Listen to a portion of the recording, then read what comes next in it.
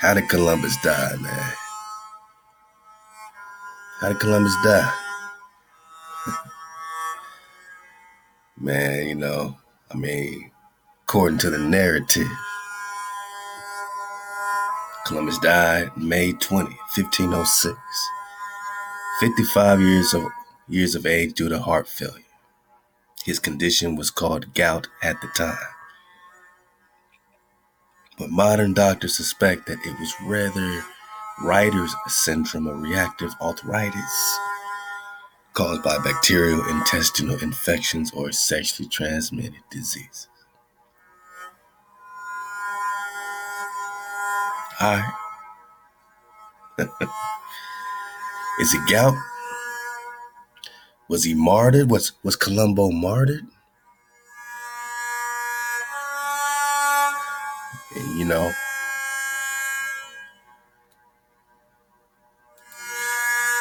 I just want to talk a little bit about the Cynocephalus.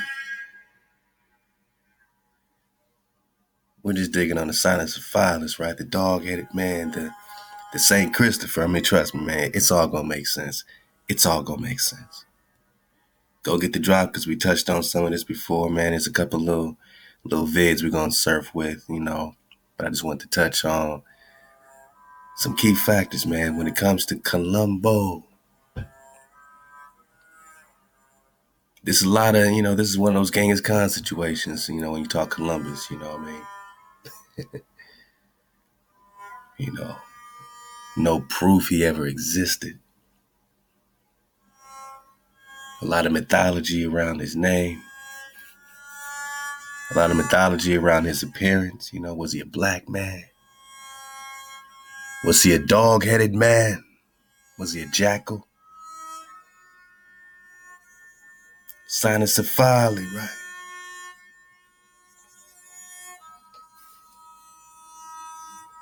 The characteristic of Cynocephaly or Cynocephalus, this is where they get the phalluses, right? The phalluses, when you talk Atlantis or Egypt, okay? So you got the phallus. You're going to see how this connects with the Anubis as well, right? Having the head of a dog or of a jackal. Okay. Keep this jackal in mind because the jackal plays, man. The jackal plays. Is widely attested mythological phenomena. Oh, why are we talking mythology? Because some truth is just stranger than fiction, man. It's so strange it gets thrown away into a superstition or mythological things, man. And you got to be fearless, willing to be called crazy, and willing to be doubted. You got to go there. You got to get the baby out the bathwater. So this is called a mythological thing, but we know that this is also where they get syphilis from this dog situation that's connected back to the Cynocephalus, syphilis, right? And it's linked back to these dog-headed people, not just the dog. You see, to the indigenous, the fox or the jackal or the Cynocephalus plays the role of the trickster. Only in Christianity is it flipped into this snake or dragon. Now it's Leviathan must be the devil and all this shit, man. It's like, man, look, man. Leviathan got sacrificed for you.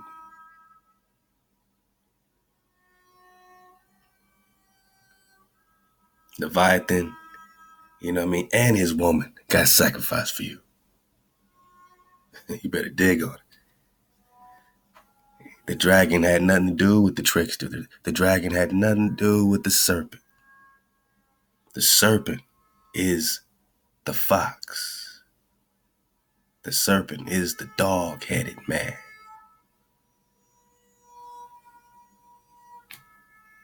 So who came over here on the boat in the 1400s, man? 1492. Columbus sailed the ocean blue. What did he look like? I'm just touching on a few things. Did he have a dog head? I mean, simple question.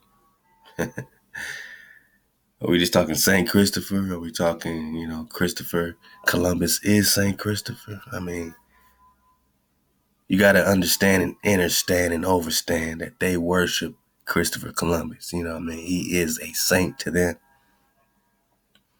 They don't want you to know it, so they kind of have a story where he was just thrown in jail and he got gout or he had some STD. He's a saint, man. Ain't nobody got these hijacks farther than Christopher Columbus. He pulled up, man. He pulled up, and we're going to look at a couple stories around this Saint Christopher, how it connects with this traveler. We're going to, check out the Anatoly Fomenko chronological shifts and see if that would make sense that St. Christopher and Christopher Columbus are the same people, just push back in timelines, right? Just push back chronological shifts. Scaliger and Batavius push the history back. 333 years, 1,053 years, 1,778 years. Those are the three most common, but of course it could fall anywhere in between. I mean, don't just stick to that directly. Once that's in play, it's all happening, all possibilities. Cynocephalus. So, we got the syphilis connection. Go get the previous drops that we did on this. We really went in bone. Love to Natural by Law, who went in on this. You dig. Love to Cara Mayo, who went in on this. You dig. And all the family that's gone in on all the drop. A-hop to all the drop nation, man. Yeah, man. Yeah, man. Yeah, man. See, they try to be real slick in the script, with the tan and tanim. You know what I'm saying? You got the noun, the tan, T-A-N, which is referring in Hebrew to this jackal. Then you got tanin, T-A-N-N-I-N, which is a dragon. All right? We're gonna get it. We're gonna get it. But now you're reading the script and they go back and forth. Like they're threading it back and forth. So they're acting like they're talking jackal when they're really talking dragon. You did. And sometimes they're acting like they're talking dragon when they're really talking jackal.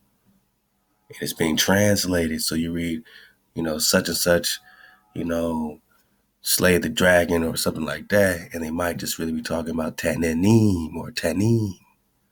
Tanim with an M, not Tanim with an N. I'm just saying, man.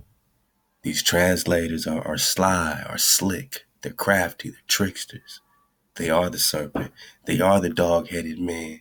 Cynocephalus, right? Head of a dog or of a jackal. It's a widely attested mythological phenomenon existing in different forms or contexts. The literal meaning of cynocephaly is dog-headed.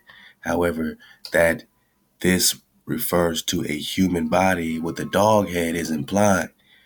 All right?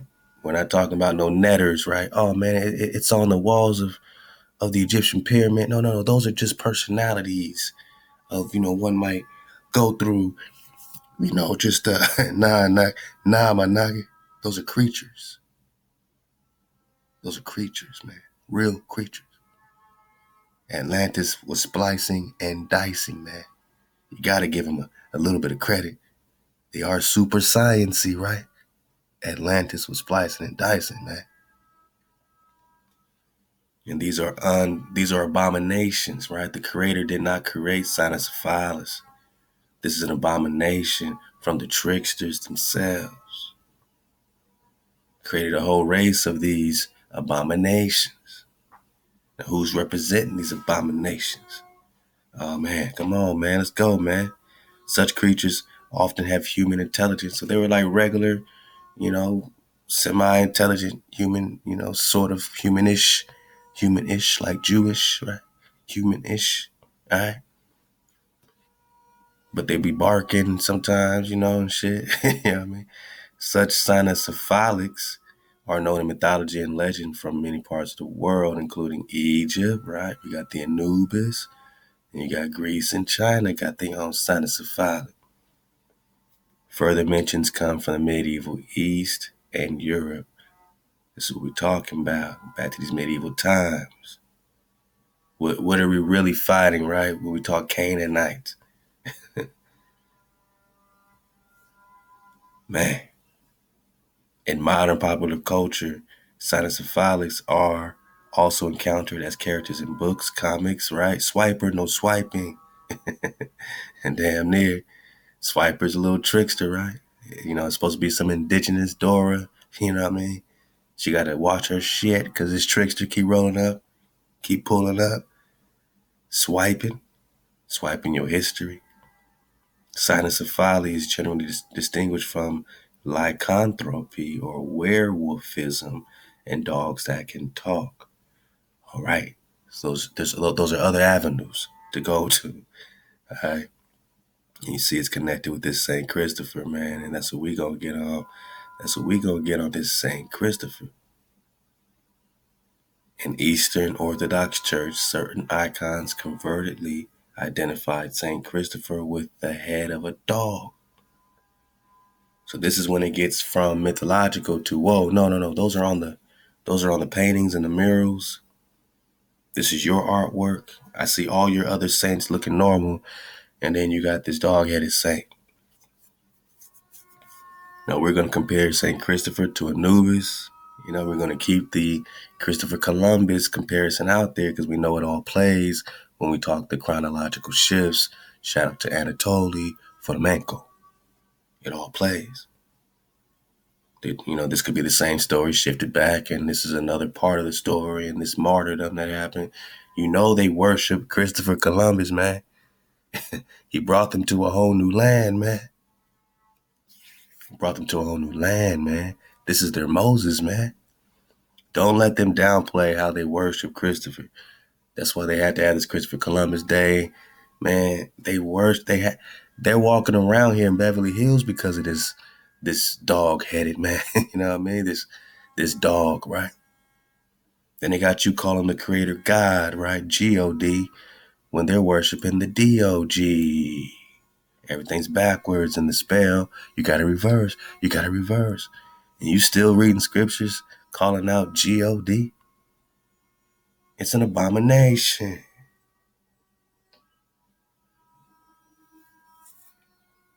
Gotta go back, right? The background to the dog-headed Christopher is laid in the reign of Emperor Diocletian, when a man named Reprobus,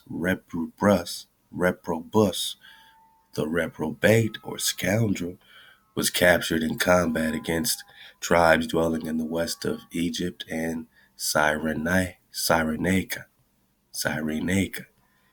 To the unit of soldiers, according to hagiographic narrative, was assigned the same numerous Marmaritarum, or unit of the Marmaritae, which suggests an otherwise unidentified Marmaritae, perhaps the same as the Marmaritae Berber tribe of Cyrenaica. He was reported to be of enormous size, with the head of a dog instead of a man, apparently a characteristic of the Marmaritae. So this is a race of dog-headed people. And you're going to see this confirmed, you know what I mean, in the Prester John investigation, you know what I'm saying? You know, dog-headed people exist according to a lot of avenues, and it's connected with this Christ child. They said he was supposed to have met this Christ child or carried this child across the water. That's when I started looking at, you know, this Christopher Columbus going across the water and all these children he done kidnapped. Who knows? You know what I'm saying? Which Mashiach he took across the water. Dodge the hijack, man. This Marmaritae, man. I'm just going to put it over here, you know, dig on it. You know, did I get it? Hold up.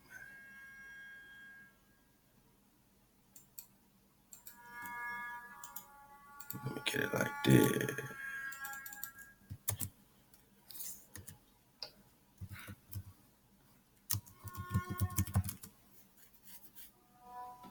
Okay.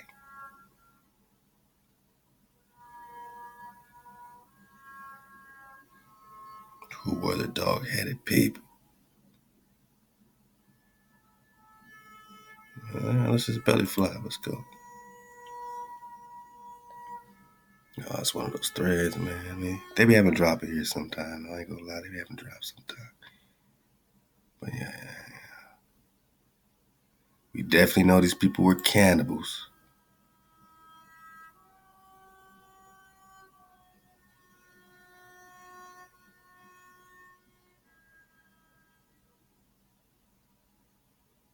A later generation could then mistake a metaphor or hyperbole for a literal statement. The Marmaritae were independent tribes of Marmaricae, now in modern Libya. Come on, man. This just sounding too familiar, man, because, we just talking phantoms and duplications, right?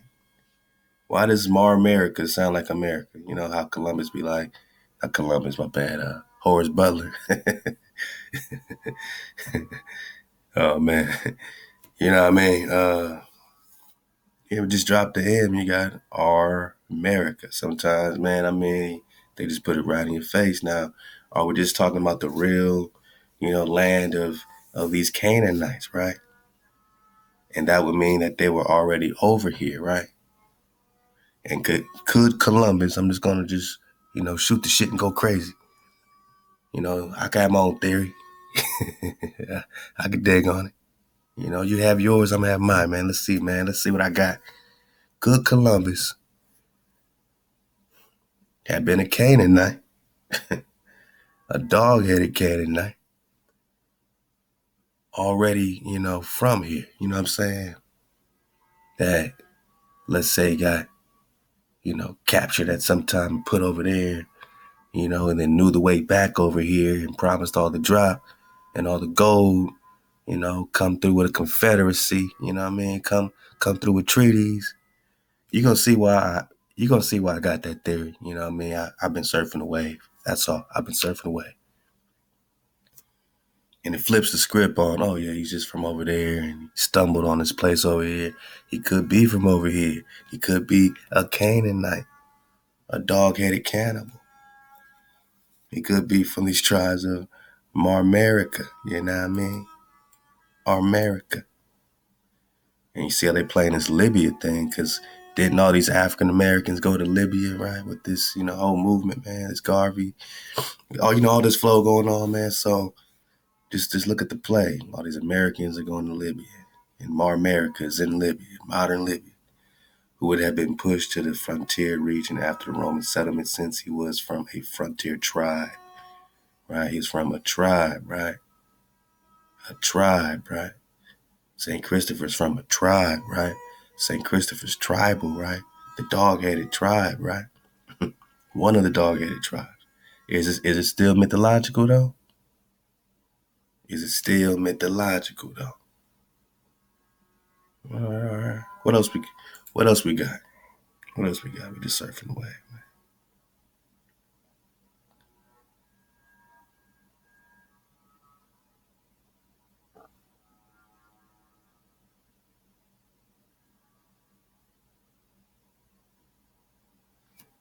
Yeah, they keep bringing up this jackal. All right, man. I mean, you know,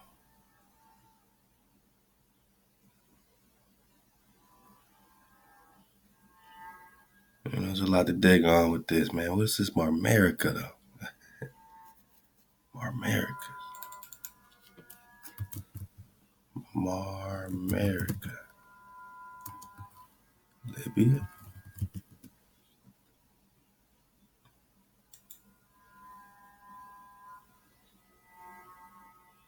In ancient geography, a littoral area in ancient Libya located between Cyrenaica and Egypt.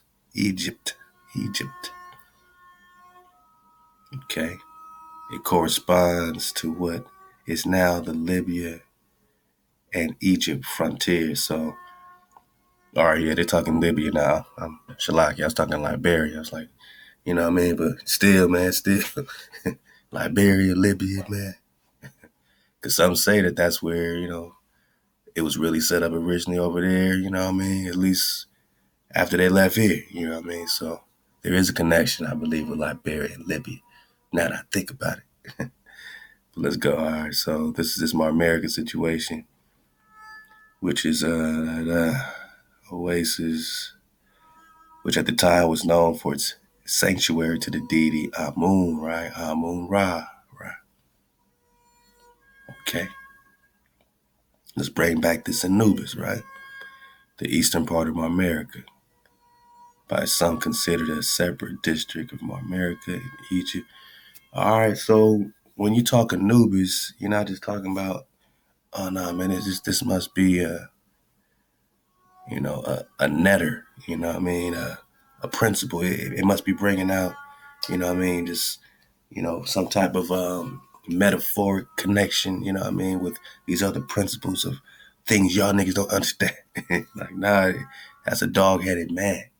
You see what I'm saying? You talking Anubis, man. You talking Thoth, man. You talking the Khan action. This is Saint Christopher, right? This is Anubis. We're talking about a race of these people, connecting it back with this Canaanite. And this is why right here in America, we're going to get back in that, Greater Egypt. Remember that?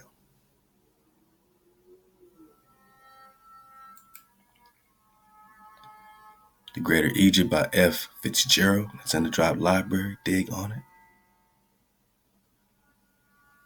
And it's just belly flop to 50. 49.50, something. Yeah, man. Yeah, I think we might have the full PDF. I know this one over here is hijacked like a mother. They got pages missing. You know what I mean? But I'll drop you the link to this one as well.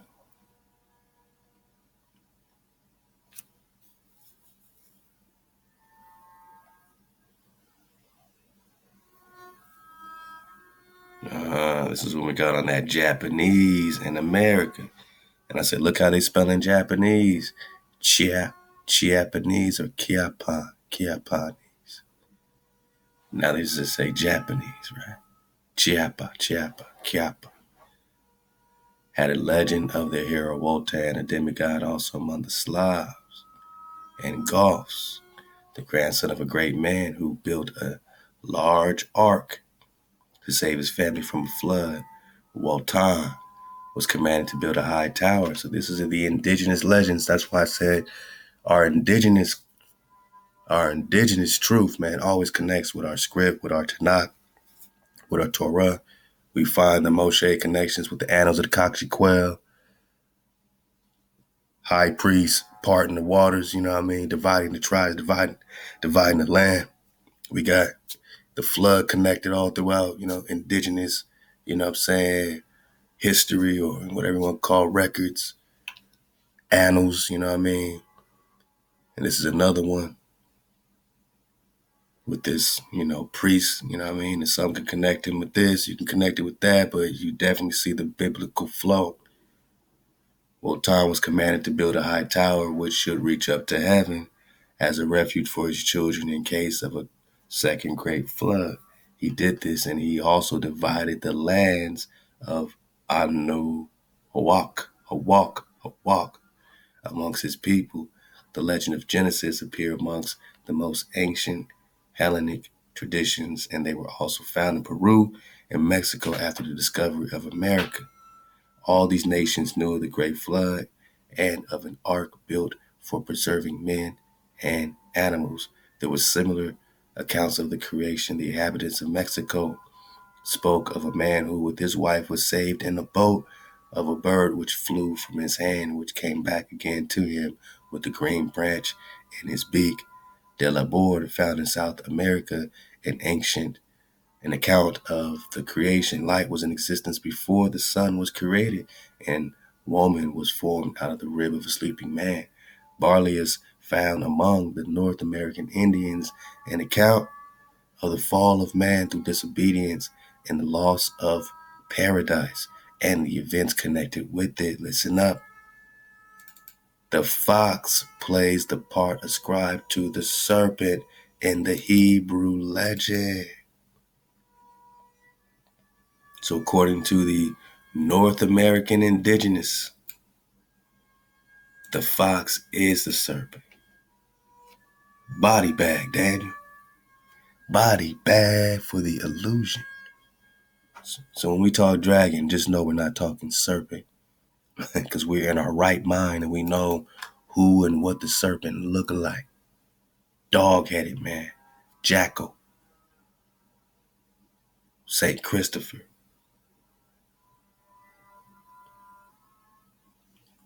In the loss of paradise and events connected with it, the fox plays the part ascribed to the serpent in the Hebrew legend. Yeah, man. Because this is the trickster, right? Swiper, no swiping.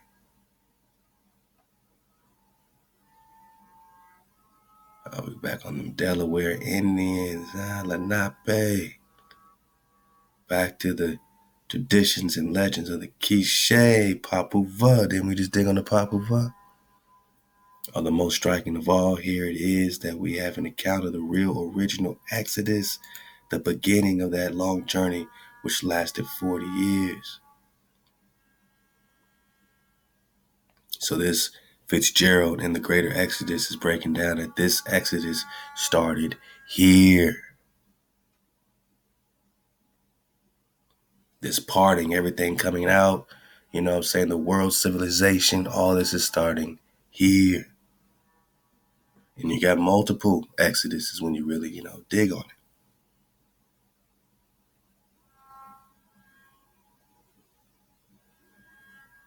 it. Oh man, they be taking out the good stuff. But go get the full PDF. Go get the full PDF, man. We're just talking the Japanese, and we know where Japan is, we know where China is. There is no tendency in human nature to make the legends of any one race the common property of all, and these legends are only to be found originally among the American peoples, the Jews, and those who have borrowed them from the Jews. So what's the connection between the American people and the Hebrew? The Great Flood, everything popping over here. Columbus came here with a Hebrew interpreter. The fox is the serpent in the Hebrew legend, right? So when you are in your Hebrew mind, right, your American mind, dragons quam, dragons call. This is your guardian frequency, your fire, your water, your ether, your earth. You know who the serpent is, man. We know who the trickster is, man. When we talk Cynocephalus.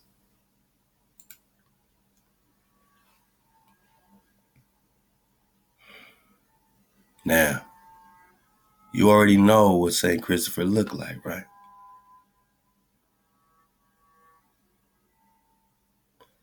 You already know. So watch how they break it down for those that, they might eventually go into it in this link we're about to get.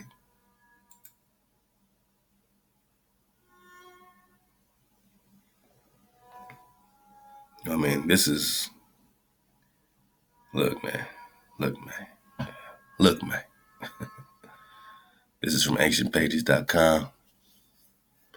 Mysterious dog-headed St. Christopher reminds of the Egyptian jackal god Anubis. Right, we got this before. Why is St. Christopher depicted with the dog head? And what does the jackal god Anubis have in common with St. Christopher? Keep these jackals on your mind bone, because we're going to go into the script and we're going to just kind of, really investigate the jackal in the script. Investigate the dragon in the script. And then we're going to fall back. It's curious because the holy Christian reminds of the jackal god Anubis, right? one of the immortal Egyptian gods. In the underworld, Anubis was the protector of the dead bodies. He's widely known. Epithet, the Lord of the sacred land and the Lord of the pure land, emphasized his supreme power over desert areas covered with necropolises. Hold up, man. I'm just trying to throw that at us. That's what Google's for.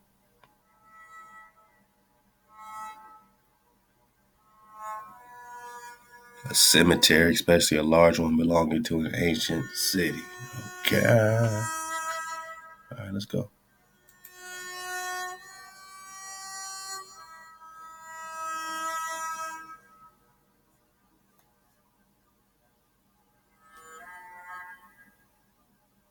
All right, so he emphasizes power, supreme power,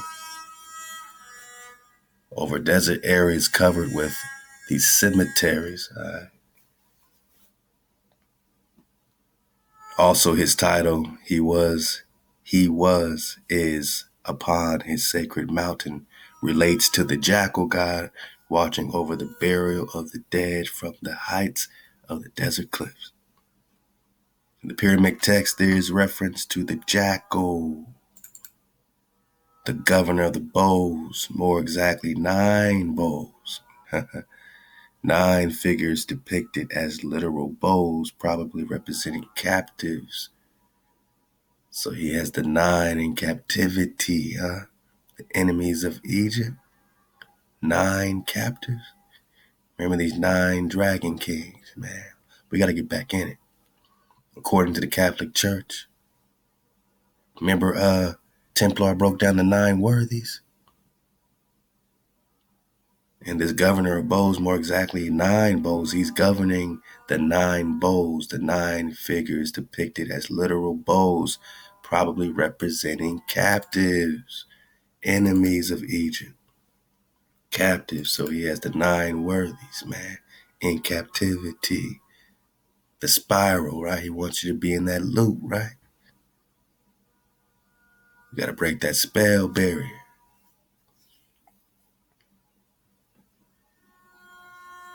According to Catholic Church, St. Christopher is the patron of bachelors, transportation, traveling. You think about Christopher, you start thinking about Columbus with this transportation, with this traveling, storms, right? Traveling through storms, right? Epilepsy, gardener's holy death, and toothache.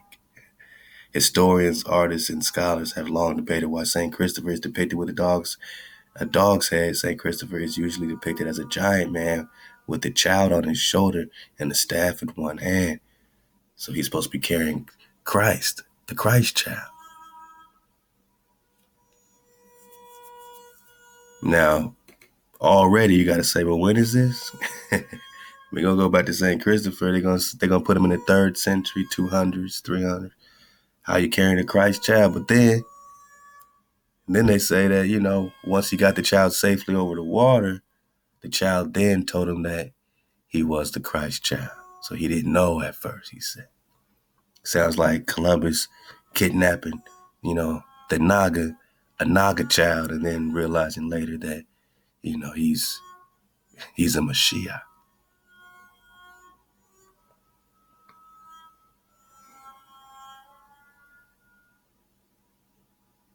Now check it, man. Ancient legends mentions a mysterious dog-headed race that once lived among men. According to the Orthodox Arts Journal, dog-headed men appear in the story of Saint Mercury. I can't make this shit up, man. You see Mercury, right? We just talking Thoth, right? Hermes Trismegistus, right? 3 times great, right? Saint Mercury, man. A warrior saint whose father was eaten by 2 dog-headed men, later converted by Saint Mercury, man. These dog-headed men's savage nature could be unleashed by Saint Mercurius, on the enemies of the Roman Empire. So Mercury, or Thoth, Saint Mercury, or Thoth, unleashes the dog-headed men and their savage nature on the enemies of the Roman Empire in a way analogous to how Romans and later Christians used barbarians in their own war. They unleashed dog-headed men on you. It's looking like they unleashed dog-headed men on you, man.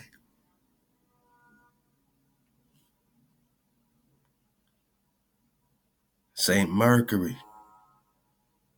These dog-headed men, savage nature. What happened when they got here? Could be unleashed by St. Mercurius on the enemies of the Roman. Come on, man. Enemies of Christ, right? Papal Bull, right? 1452, right? They unleashed a savage nature on you. Enemies of Christ. I mean, Christ is down with the dog. The dog's carrying Christ, right? In medieval times, it was common. Now look, this says 17th century icon of Saint Stephen and Saint Christopher. So this is Stephen, this is Christopher. Get it? They could have made him look like this. But this is what he looked like.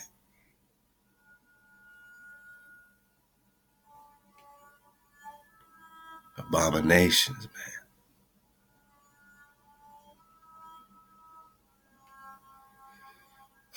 So when Joshua, was supposed to be clearing out these Canaanites, is this what they were looking like?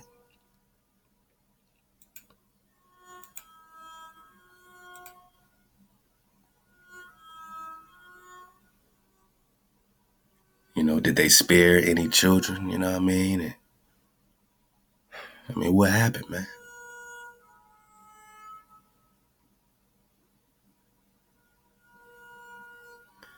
Saint Christopher is a giant Cynocephalus species in the land of the Cananeans, right? Canaanite. Cananeans, right? They found you in Canaan, who ate human flesh and bark, right? Man. Historian David Woods has proposed that St. Christopher's remains were possibly taken to Alexandria by Peter of Italia, where he may have become identified with the Egyptian martyr St. Menasseh. Now you're going into a whole other place because this St. Christopher was martyred, right? This Christ was martyred, right? You already see the connection with the Christ child. Now let's go ahead and connect it further. Who's their Christ? After you overstand that they worship Columbus because he brought them to a whole nother world, why wouldn't they worship Columbus? Was he martyred?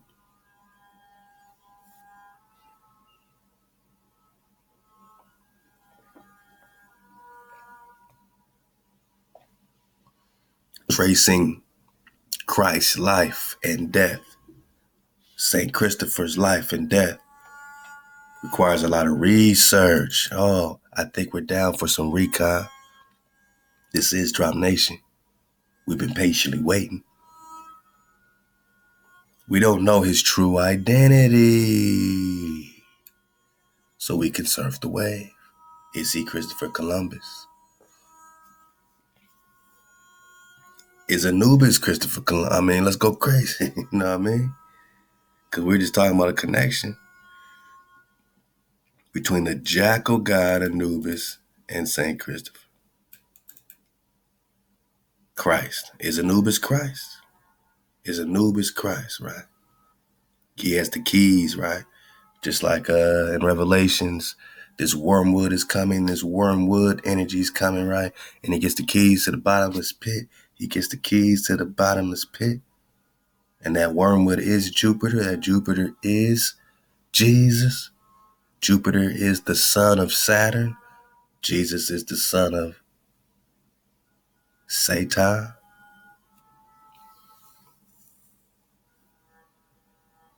Who's Anubis? Who's Thoth? Who's Mercury? Who's Christ, right? Who's Christopher, right? Carrying Christ. Canaanite. Remember that story about Jesus in Matthew 15, right? In the new, and this Canaanite woman came up barking to him. Hold up, man. Hold up. Come on, man. If we gonna get New Testy, let's do it like this. Nah, man. Let's get it though. Let's get it.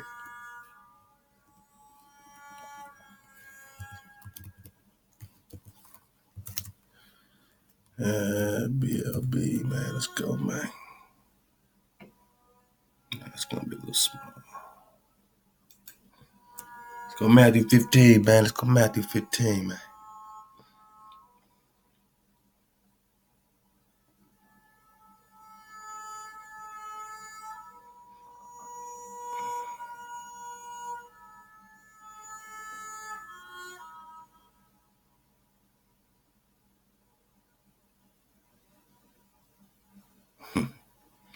So I just want to keep this Canaanite situation in play. All right, this Canaanite situation is in play.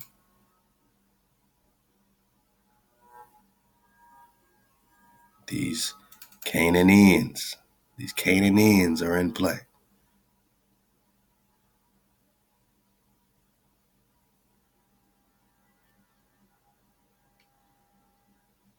Let's go.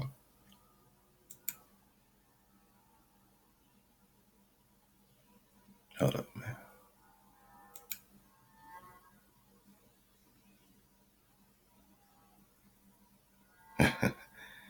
Now,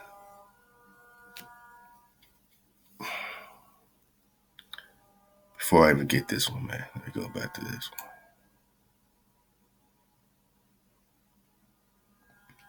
Cananeus, right? Canaanite. So I'm not just putting shit together. It's already right in front of your face, ball.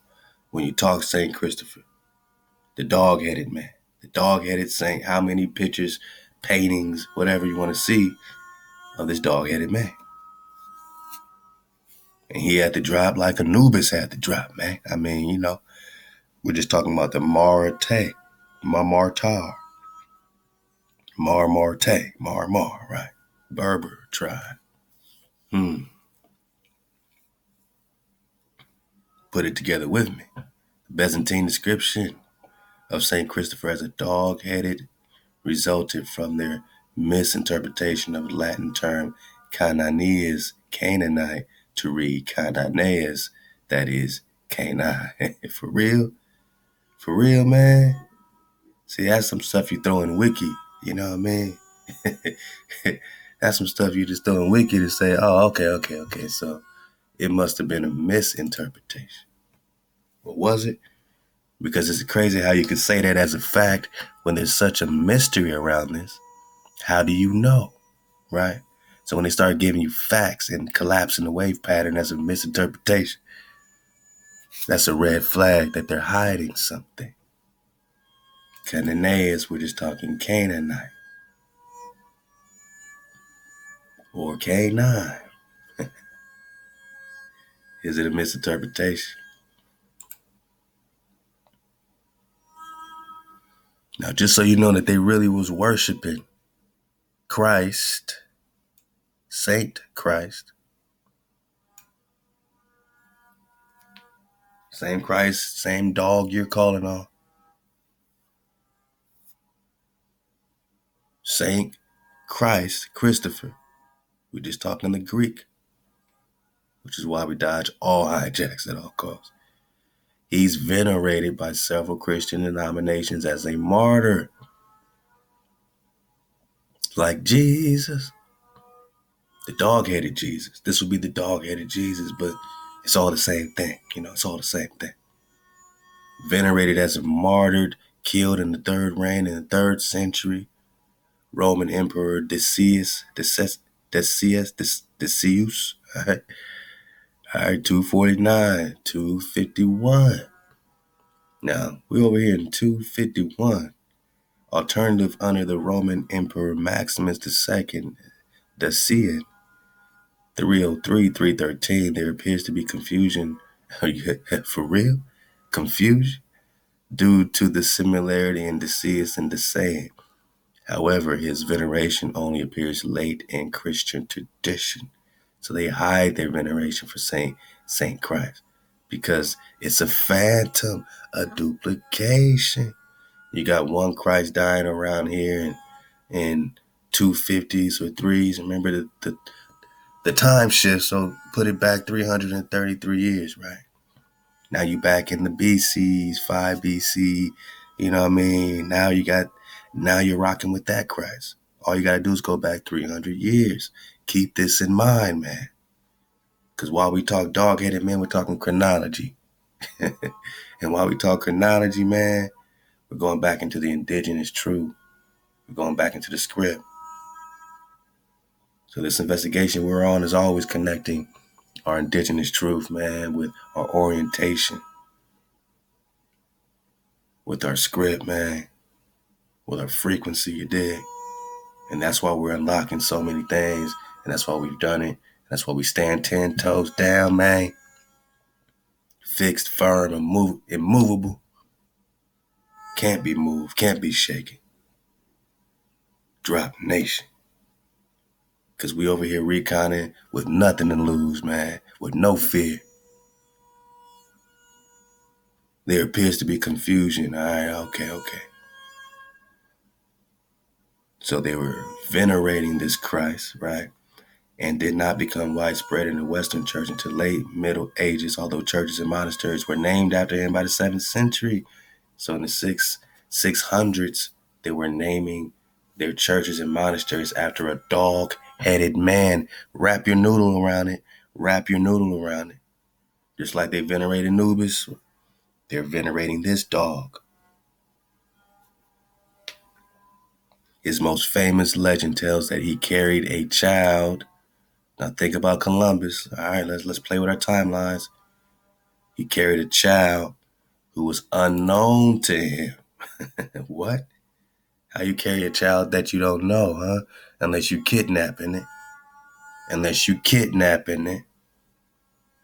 Do I have to go back into the Columbus logs about, these children he's kidnapping?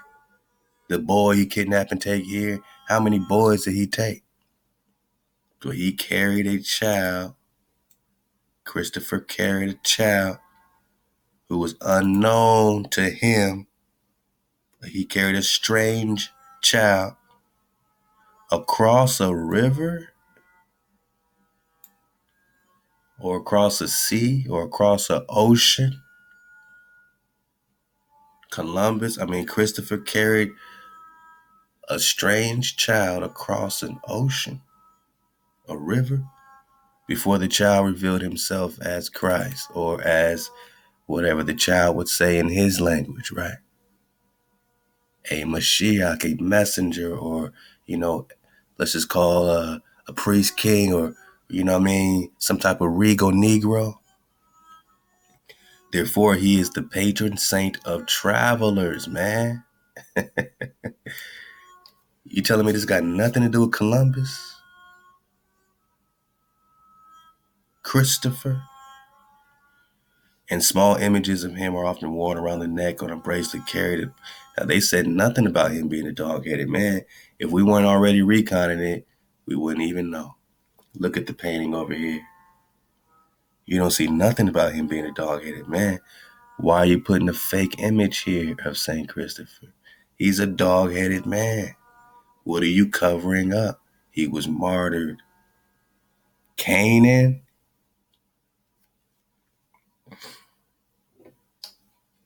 He was born in Canaan, man. So until you know that you're in the old world and that you're in Canaan, you dig, then this, just like in Prester John's land, they had dog-headed man. They had, giants. They had all kinds of shit.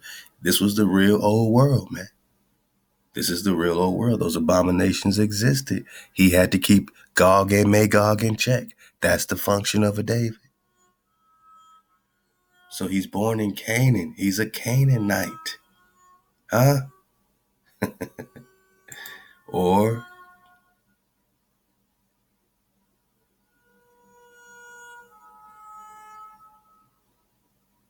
a Cananeus, right? Let's go back over here.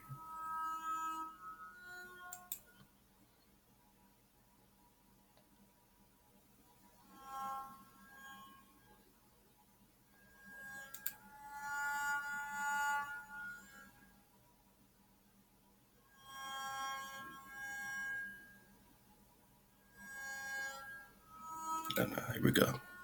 Here we go. Matthew 15. So a Canaanite, a Cananeus. So now that we know we're talking dog-headed people, let's read Matthew 15, man. Yeah, all right. Let's read Matthew 15. Let's go.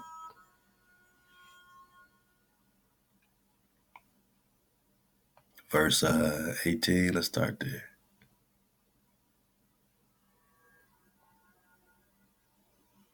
Let's start right here. 21. All right. Then Jesus went thrice and departed into the coast of Tyre and Sidon.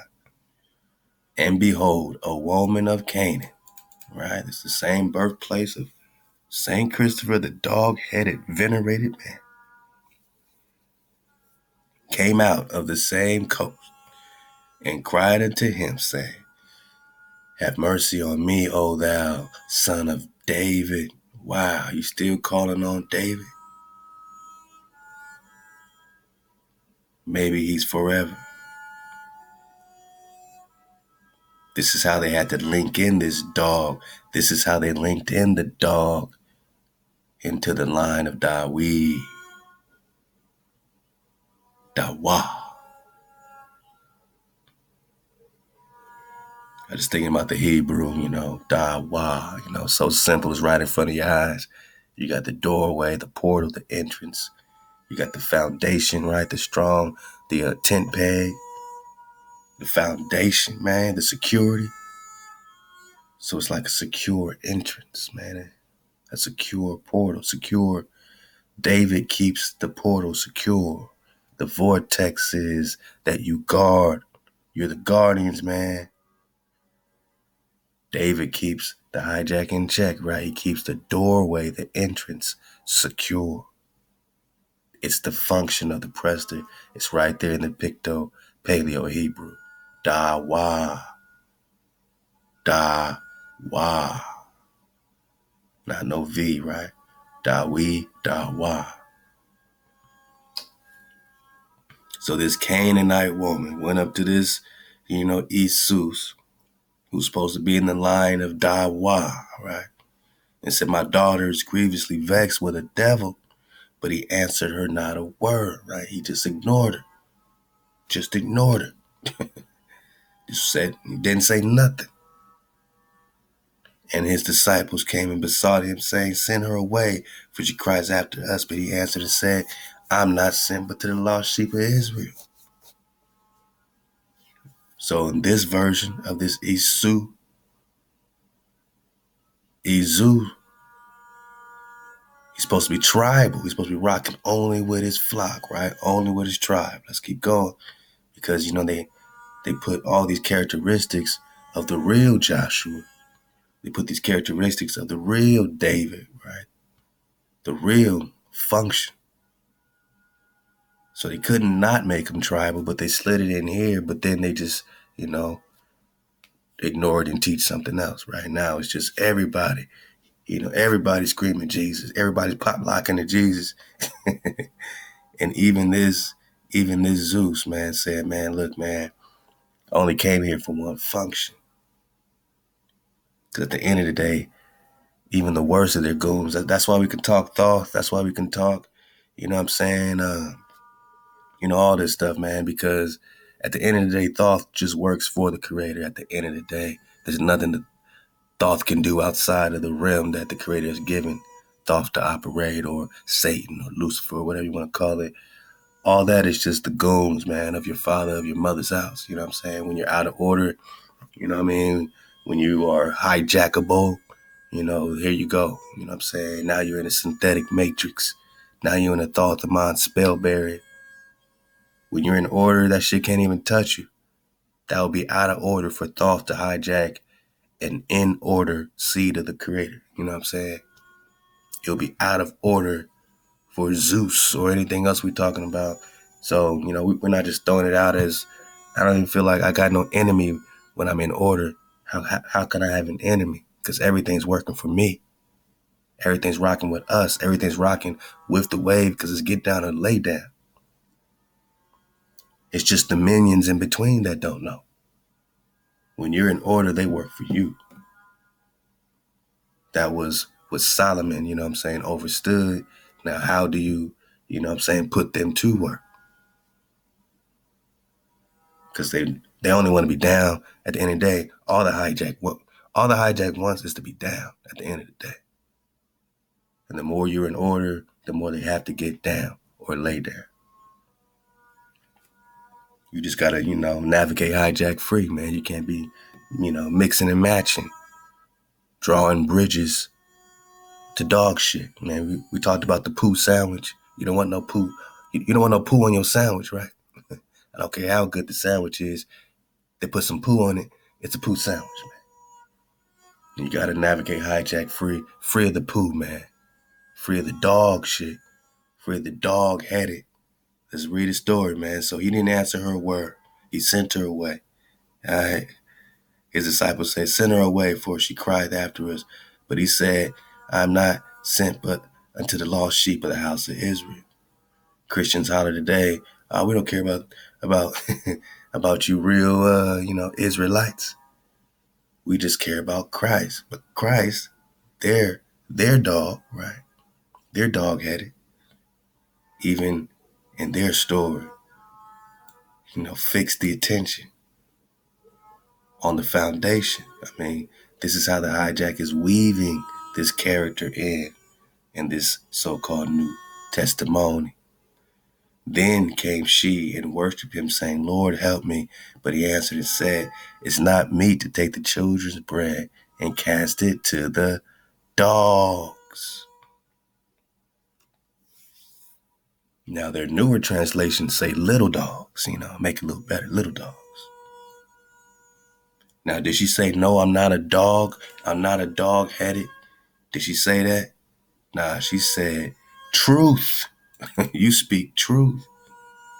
Yet the dogs eat the crumbs which fall from their master's table.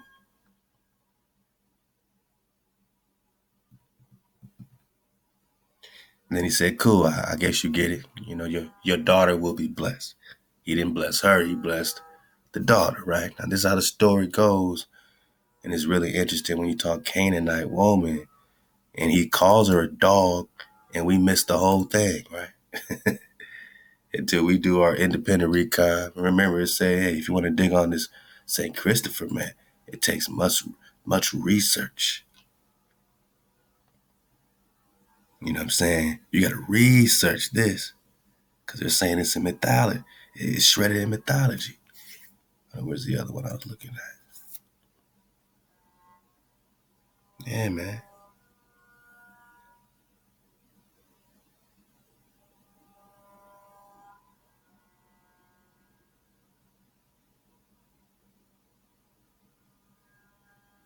Became a Christy, Became a Christy, man. There are some rare icons that depict this martyr with the head of a dog. Such images may carry echoes of the Egyptian god-headed dog Anubis. Another connection with this Anubis. So we're just seeing, different connections being made in real time.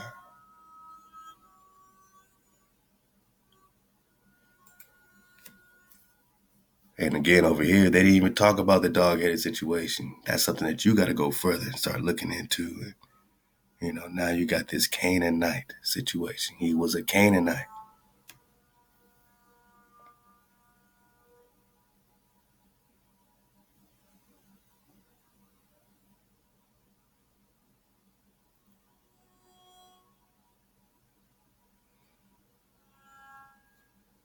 He says, while serving the king of Canaan.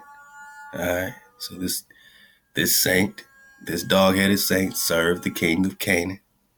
All right. And he took it into his head to go and serve the greatest king there was. He went to the king who was reputed to be the greatest, but one day he saw the king cross himself as the mention of the devil. On thus learning that the king feared the devil, he departed to look for the devil. He came across a band of marauders, one of whom declared himself to be the devil. So Christopher decided to serve him.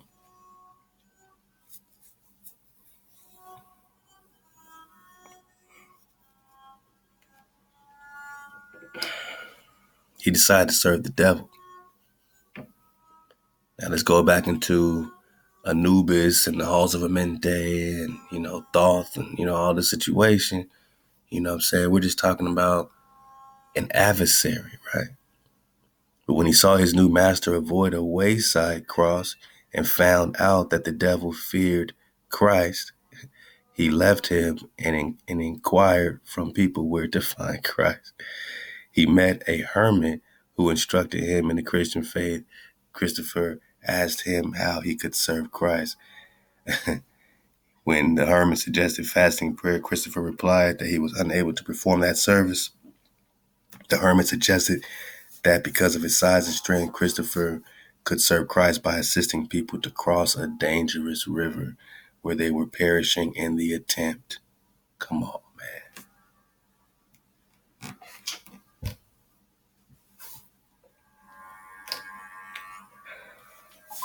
So we're talking a dangerous ocean, a dangerous sea.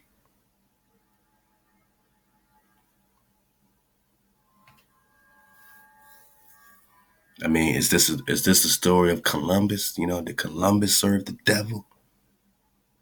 And then, have some story about how he then started serving Christ. I mean, we know he's a millenarian. He thought the world was ending in 1666. I mean, just surfing the wave, man.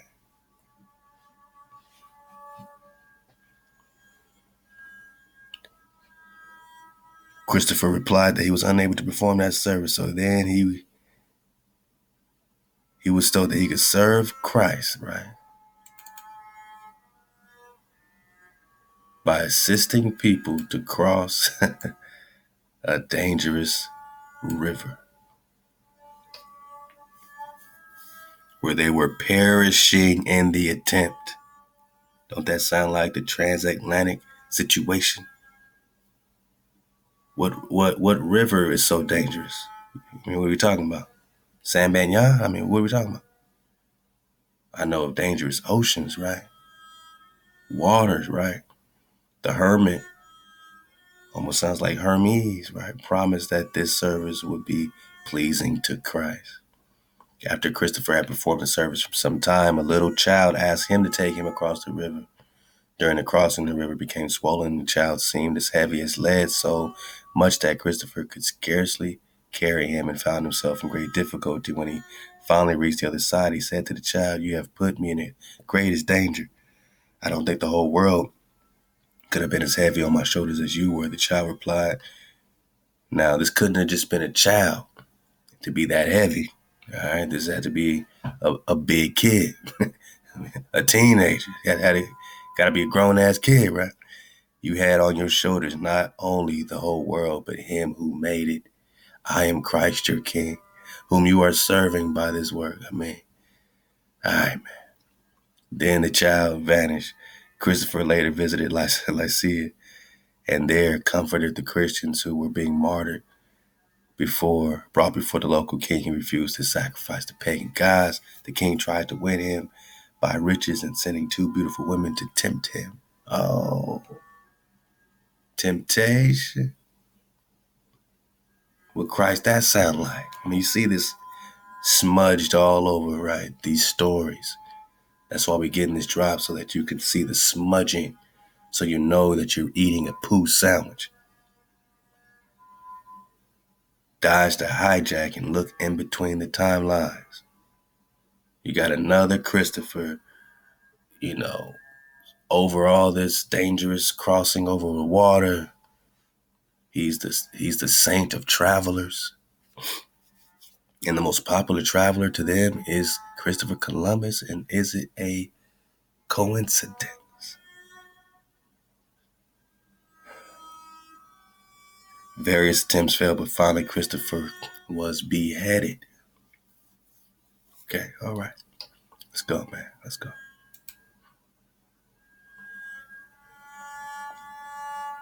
So they cut off his dog head, huh?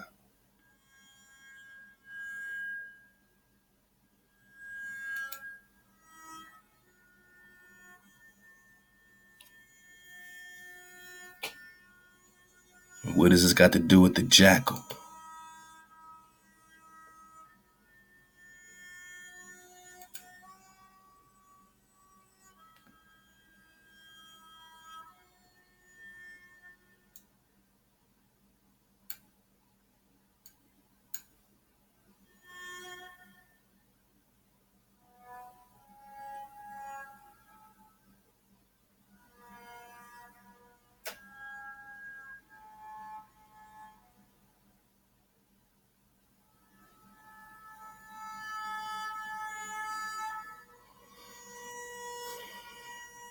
In the loss of paradise and the events connected with it, the fox plays the part ascribed to the serpent. So when we're talking about the devil, Columbus making a deal with the devil. What's the devil? The devil would be the serpent. The serpent would be the dog, man. So this Saint Christopher made a deal with the dog, right? The king of the dogs. And for the third time, it's being connected with the Egyptian legend. The jackal is the tempter. Jackal. Tempter. So who's the devil?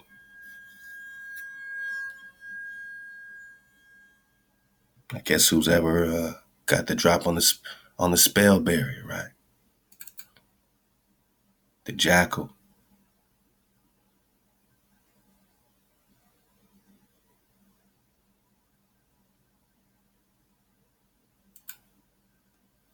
What does jackal, god Anubis, have in common with Saint Christopher? The jackal is the tempter. Now we're reading about this dude making a deal with the devil.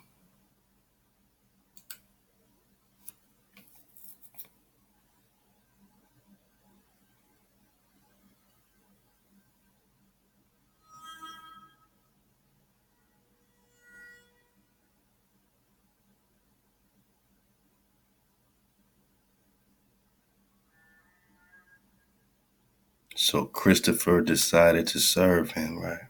Because he declared himself to be the devil.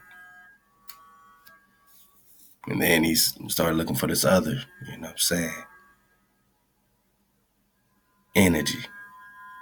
So he's just bouncing around. First he served the devil, then he's over here. All right, let's go. Remember,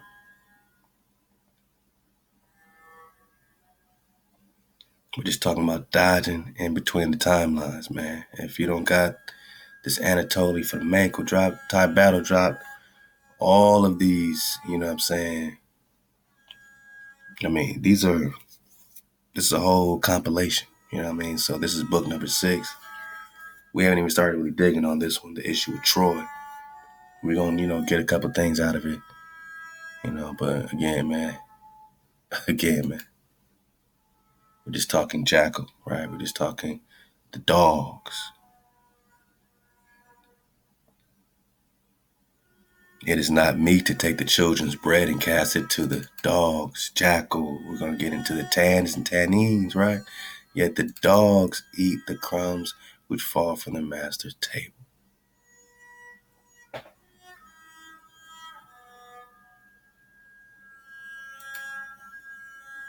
The fox is the serpent.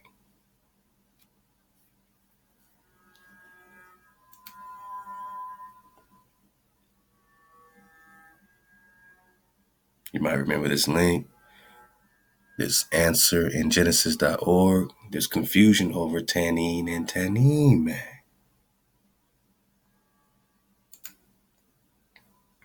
One of the trickiest parts, right? The trickster, right?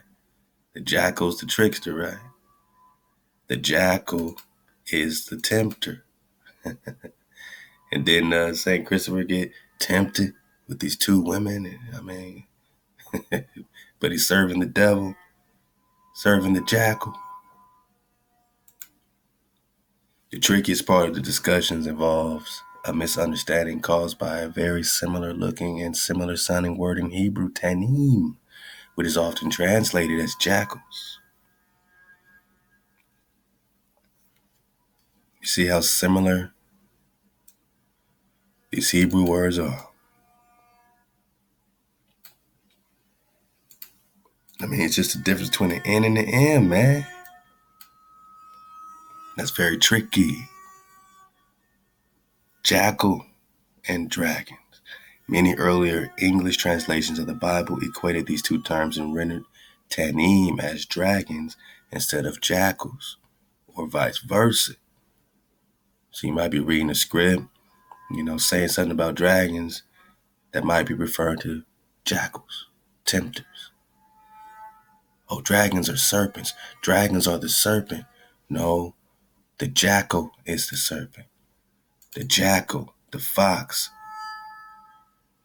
the jackal is the fox, is the jackal, is the fox, is the jackal, is the dog, dog-headed, Cynocephalus, plays the part of the serpent. We just talking North American Indians, man. So we back in our indigenous truth. Understand, when you talk dragon, you're not talking serpent. Only when you talk jackal, that's when you talk the serpent. That's when you talk the tempter, man. The jackal is the tempter. The dog, man. I mean, really, man, the dog, man. The dog, man. The jackal. Tanim and tanim. So when you see it with an M, you see the M, all right? That's the masculine plural form of the Hebrew word tan. So this is a plural of what? Tan, which means what? Jackals. And the reason and the way that they were able to start tricking us and pointing jackals as the, now we got all these dogs' best friend. A dog is a man's best friend, so they love their dogs, right? They love their dogs, right? They kiss them on the lips, sleep with them, go crazy, right? So everything's flipped in this matrix. They love the jackals, right? But the dragons are bad, right? The dragons are now the devil, right? But the tempter is the jackal. So when you're in your indigenous mind, you start seeing clearly. The dragons are the angels. The jackals are the tempter. The fox, the dog, is the serpent. The dragon is not the serpent. That's why you have the alchemical serpent or snake and the alchemical dragon as opposites, man. One is an impersonal nature bursting into consciousness. The other is an unknown quicksilver. Unknown. Gives life. Is the vessel that carries the life, man. The breath. That's the dragon. Not the dog. Not the jackal. Let's go. So you got jackal and you got dragon. Many earlier translations of the Bible equated these two terms and rendered tanim as dragons instead of jackals. Conflating the two separate words has led to a great deal of the difficulty in nailing down a definition for tanim. For example, earlier it was shown that Strong's Concordance listed jackal as a meaning of tanim, and I just was looking at that on my own. I said, man, they're still doing it. But this is a result of mixing tanim and tanim. Tanim is the masculine plural form of the Hebrew word tan, which does not appear in the singular form in the Bible. So it's always jackals. You know what I mean? It's not just one jackal. It doesn't appear in the singular form in the script. It's always in the plural tanim. which makes it really tricky because this is the singular form of dragon, which reminded me a lot on the map. We're talking about, Genghis Khan, Prester John War, and this city was brought up named Tangu, where Genghis Khan was rolling up on Prester John in Tangu. And that was in this book called Swords of the East. And then I said, well, we got Tangu spelled exactly the same right here in North America, right? You also got India Superior, right? China. We talked about the Japanese in America.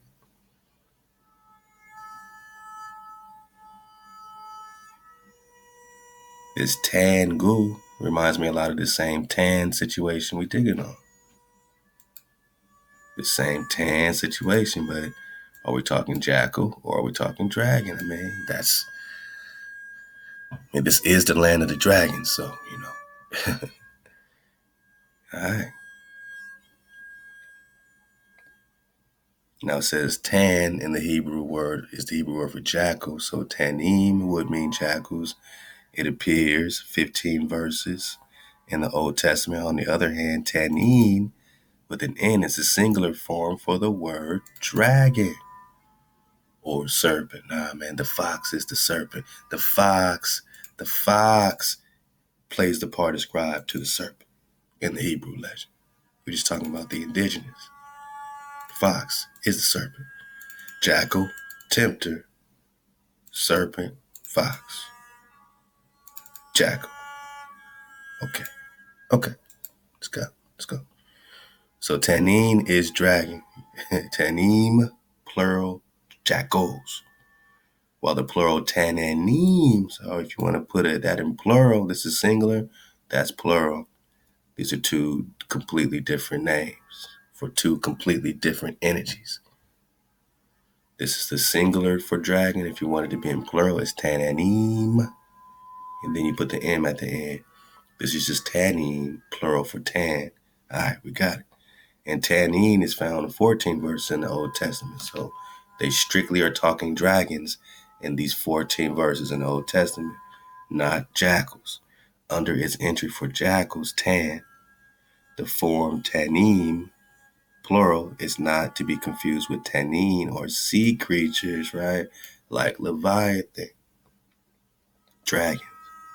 Many of the most well-respected Hebrew lexicons and word books draw a distinction between tanin and tanin, right? I told you we're going to look in the script and, just kind of compare these tanins and tans, and then we're going to fall back and watch a couple quick vids on Cynocephalus and see what they're coming up with. But first, I wanted to, reintroduce you to our investigation on the Cynocephalus, how this connects with the jackals, with the tempters, with the Anubises, with the Thoths, with the Hermes, Trismegistes, 3 times greats, with the tempters, right? And how they flip that from a completely different frequency with your angelic guardians, your seraph, your seraphim, your fiery ones, or your dracons, seeing clearly. Psalm 74:13, you divided the sea by your strength. You broke the heads of the sea serpent, Tananim, so we know we're talking dragons. You broke the heads of the dragons in the water. Now, in Revelations, you got another dragon with multiple heads being broke? Phantoms, duplications, known as the plural form of tanim, is used to describe more than one sea serpent. Dragons. Exodus 7 uses both the singular and plural form of this word. Then Hawa spoke to Moses and Aaron, saying, when Pharaoh speaks to you, saying, show a miracle for yourselves, then you shall say to Aaron, take your rod and cast it before Pharaoh, and let it become a serpent, tanim.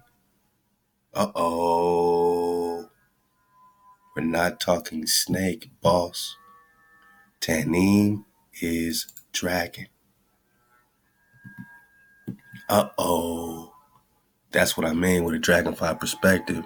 Go back through the script, dig on all these tanins, and apply it with dragon or apply it with jackal, and you will see clearly.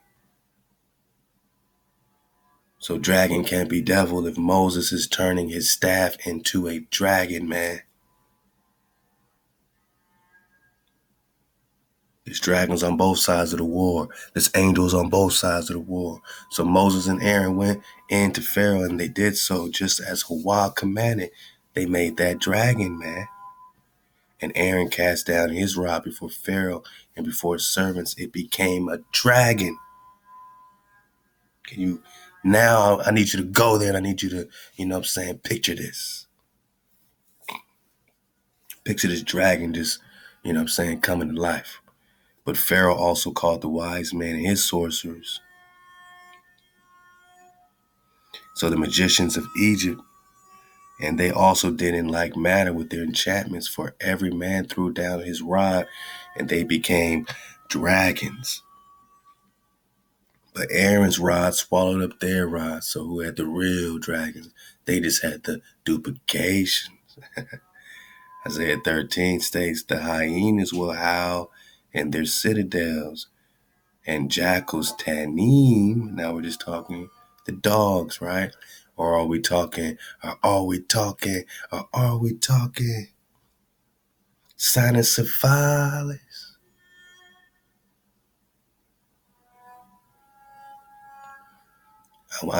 So it's more than just saying, oh, these are jackals, these are dragons.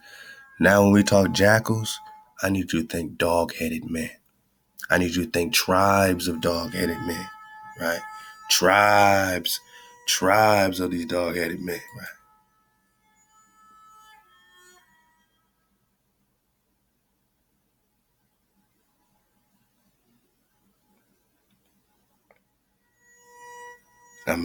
Cynocephalia offers such an evocative image of magic and brutality deemed characteristic of bizarre people. This is a combination of magic and brutality. We just call it an abomination. They're trying to connect these with the descendants of Adam. Stop it. Consider the possibility they might not exist at all or might not be human, but insisted that they were human. They were indeed descendants of Adam. Cynocephalia also figured in medieval Christian worldviews, alleging that placed Andrew the Apostle, Bartholomew the Apostle among the Parthians, presented the case of the abominable. That's what they're talking about. The citizen of the city of cannibals, whose face was unlike that of a dog. After baptism, he was released from his doggish aspect, carrying the Christ child, right? Christopher met the Christ child.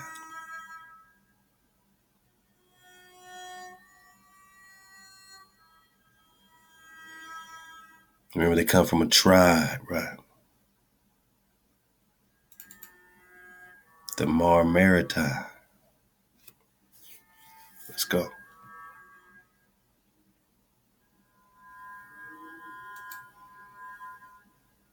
Oh, dog-headed tribe from Marmaricae, huh? We know we in the old world, fool. We know we in Canaan. We know, and that brings us to our ultimate theory, right?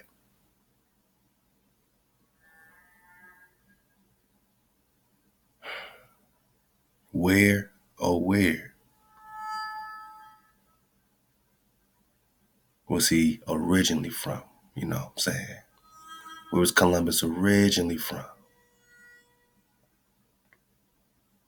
Just piggybacking these tannemes. So when we got the hyenas, when we got these jackals, I need you to think Cynocephalus. Tanneem are frequently mentioned as a picture of judgment on a city or nation, since jackals were often observed to roam abandoned places. For example, in reference to Edom, possibly representing other surrounding nations as well, God said, it shall become a habitation of jackals. Now we're not just talking about a place that's filled with hyenas, man. You're talking about a place filled with dog-headed people, man. Tribes of dog-headed people, man.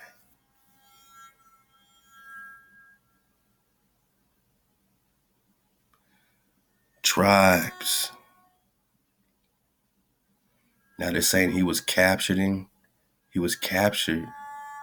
in combat against tribes, right? So this is another story. Was Columbus a dog-headed man captured in combat here and then, flipped over there and led them back over here? That type of thing. It's all happening, man. They don't know shit, right, about these Canaanites, right? But we know Joshua was fighting these Canaanites. We know there's treaties, even with these dog-headed people. They made treaties against you and me. It's a more and more war. You don't think they made treaties with the dog-headed? Marmaritae. Marmaritae. We're just talking abominations. Just talking abominations, man. So you got this drop. There's a lot of scripts that you can, sift through. Dig on the tannins, dig on the tans. See clearly with the dog-headed man. When you talk jackals, you're talking tribes of dog-headed people. Babylon shall become a heap, a dwelling place for jackals, dog-headed people. Are they using some magic today where we don't see their dog heads? We just don't see. It's like Cinderella. We just don't see. We're in a spell, right? An astonishment and a hissing without a habitat. Yeah, man.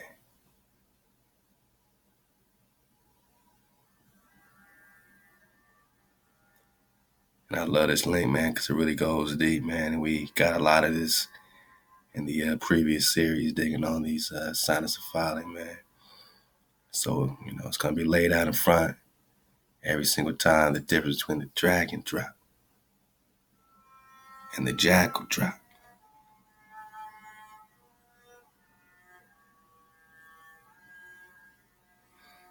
And wild beasts of the islands shall cry in their desolate houses, and dragons in their pleasant palaces. Dragons in their pleasant palaces? Dragons in their pleasant palaces? I didn't know dragons had pleasant palaces.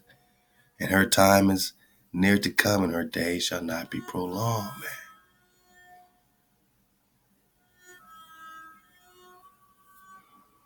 Dig on Isaiah 13.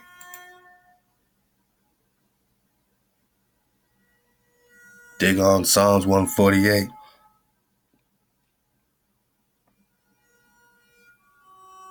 Let's get it.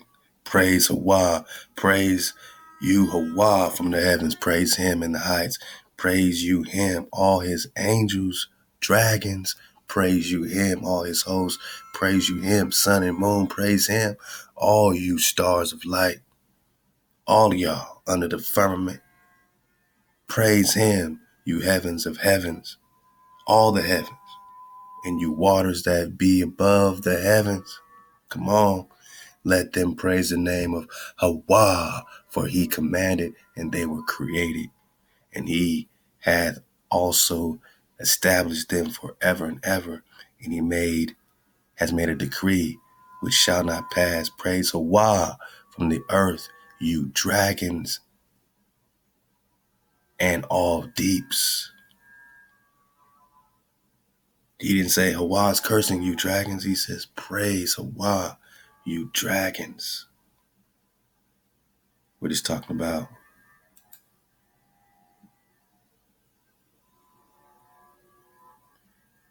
Tannin.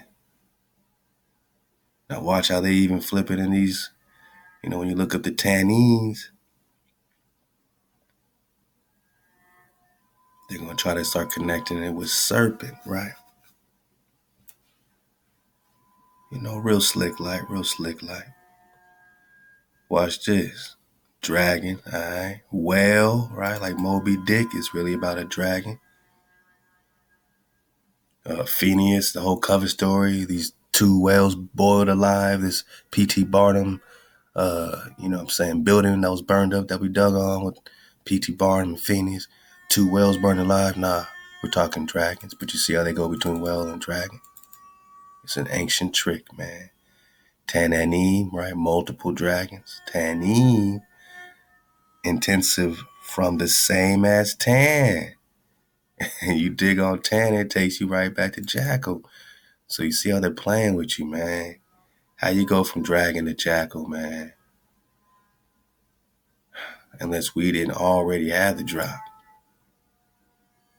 There's a difference between tannin and tan or let's go back up here. There's a difference between tannin and tanim.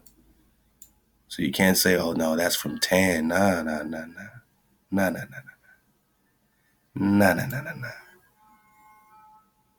Not when you see clearly. This dragon, Tananin, is from tannin, not same as tan. They're still doing it. Sea serpent or jackal, those are two different things, two different names, two different frequencies, because the jackal is the serpent. They keep trying to hijack my link. Speaking of hijack links, man, hey, that was pretty dope. You see how this belly flop? Man? Right on it. The jackal. Oh, praise the wild, man. We just belly flopping on it. They take it away. We belly flopping. There's a difference between the jackal, man, and the dragon. You dig? We're talking about the tempter, the real serpent, the alchemical serpent. And what magic are they doing? What magic? Remember they say it's a connection with this magic, this high power magic. And there's different foxes that pop up, you know, in different legends. You got this fox snake called the Negorovilu. Negorovilu originates from the ethnic region of Mapuche. It is a river-dwelling creature, looks like a strange fox with a large body similar to a snake, long tail, fingernails that it uses like a claw, but is a water being responsible for dangerous whirlpools. A fox with a long body similar to a snake. We might be getting somewhere, man. Oh, man, we just talking tannies. I told y'all, man, yeah, man, these links, I love the Drop Nation, man. Y'all keep me up on what's popping.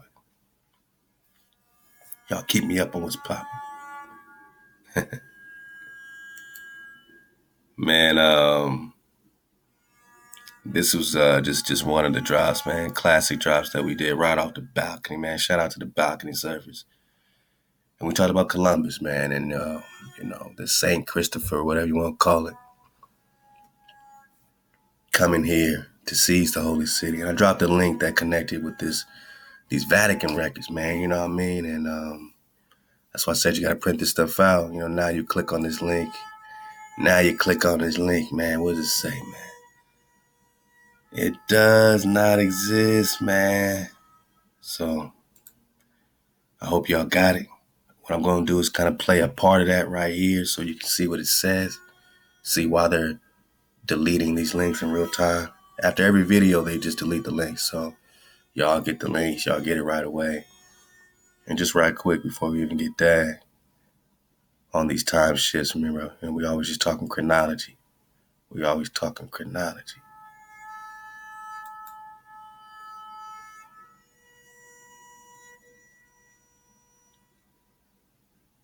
talking the time shifts.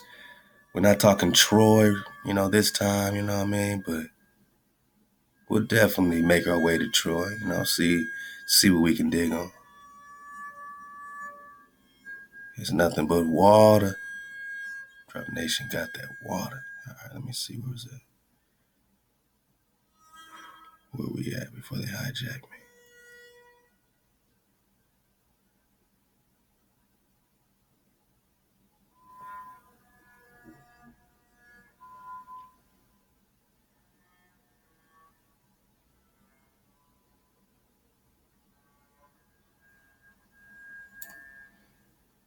Yeah, just kind of just belly flop a little bit, you know what I mean?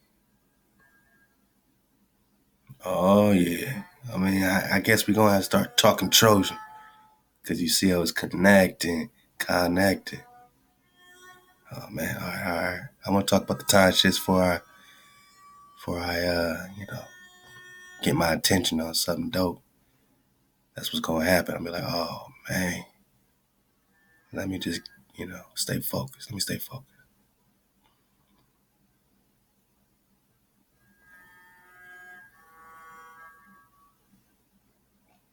Mm,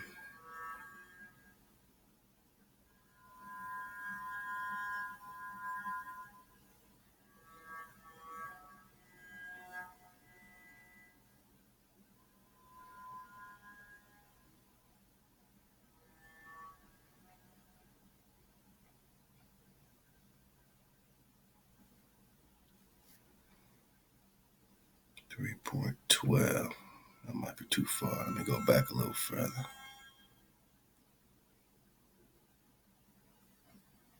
Oh yeah. Let me go back. Let me go back. Let me go back. Let me go back. Let me go back. Let me go back. Man, I appreciate y'all for surfing the wave, man. More than you know, man. It's all happening. It's all connected, and we're choosing to observe. You know what I mean? That's why the whole objective is to be a witness, right? To witness, your secure breath. You know what I mean? Creating that sound, and with that sound comes the vibration that frames and shapes. It's real simple. Yeah, you can see this is a cold document, and I advise you to belly flop and recon the reconner, Anatoly Flamenco, and we're going to just get this little piece right here, man. Right here. Hold up. Oh, man.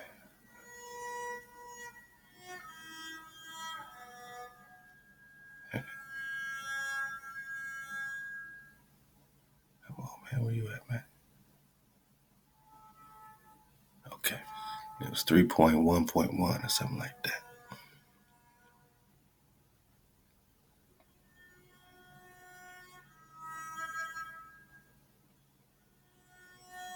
Okay, we close. You know, they hijacked me, man. I gotta come back. Come back strong. Here we go. All right. All right. Woo-wee. That was a lot of scrolling. I'm gonna need to rest my finger bone for a while after this. We just came in for this part right here because this is another look at these time shifts. All right, so this is research from a Russian chronographer, Anatoly Flamenco. Let's go. Let me get situated. Alkaline up. All right, so we're talking about the crucifixion. All right. Okay. They're also connecting this crucifixion with this time period here, 1185. But let's go.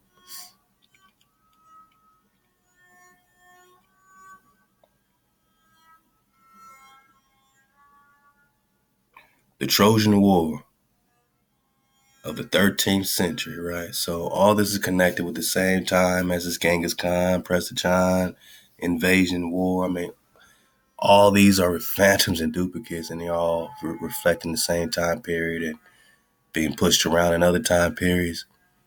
Since the Trojan War, the 13th century, right, that's the 1200s, had been one of the most important events in the history of Europe and Asia.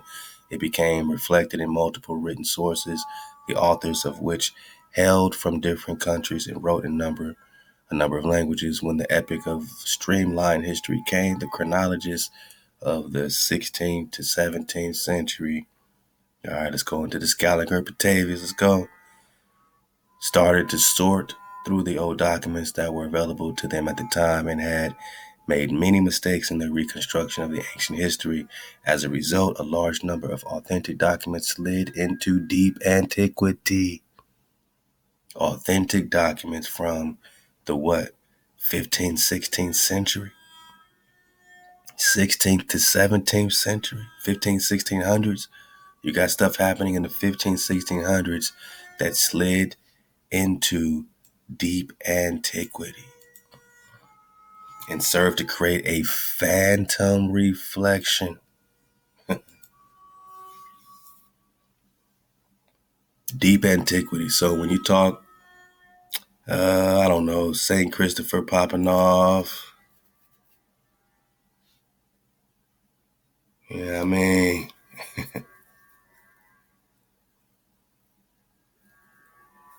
which is interesting because it says, but the most popular variations originated from the 13th century legend. So this whole St. Christopher thing really popped off in the 12th century in terms of the inspiration that we're hearing about it. Anyway, but look at it over here in the 3rd century. 300s, right? 250s, right? Let's go.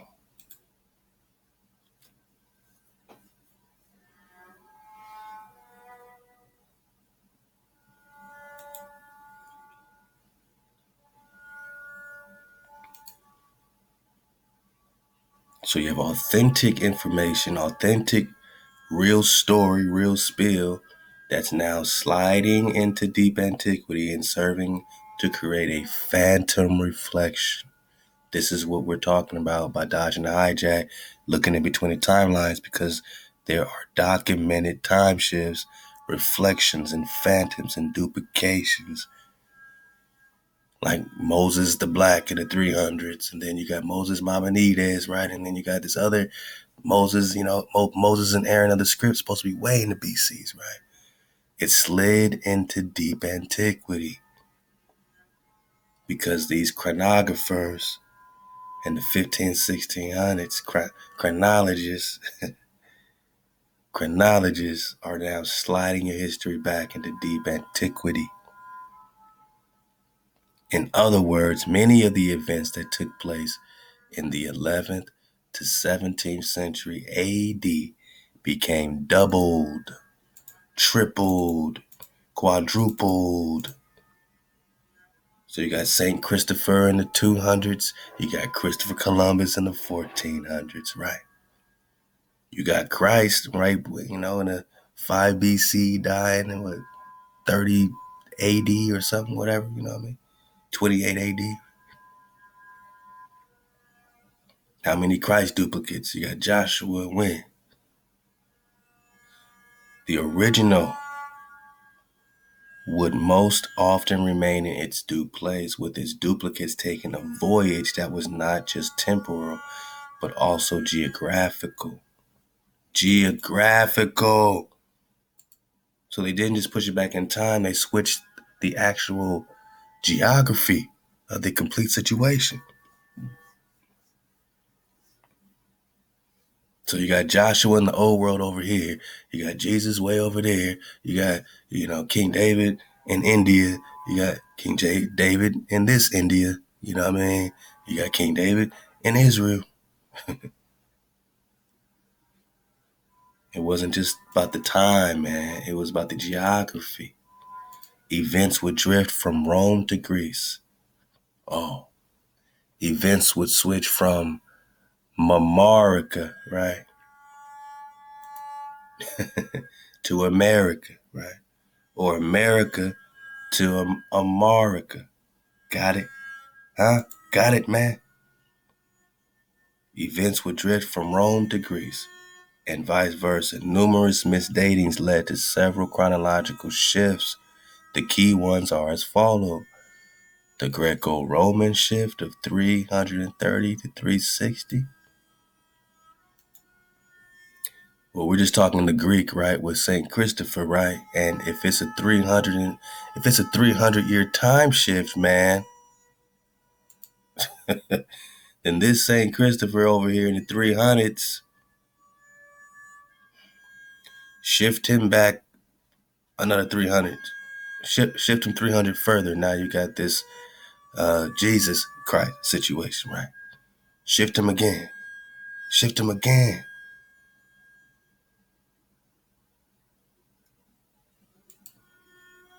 330, 360, right? the Roman shift of 1053, and the Greco-biblical shift. Biblical shift. Now, why is it called the biblical shift? Because this is how they shifted the Bible. So when you're reading about King David in the BCs, he's been shifted about 1,800 mother-sucking years. Put that 1,800 years back on the man. You might end up around the Byzantium, right? You might end up around the 1100s, 1200s, right?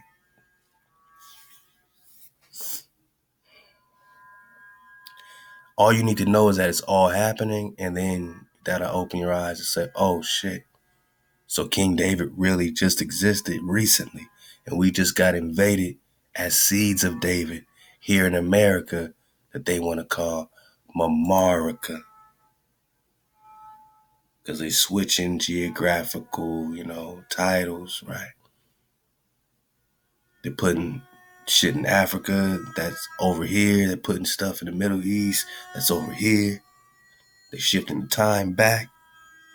How many times? One more time.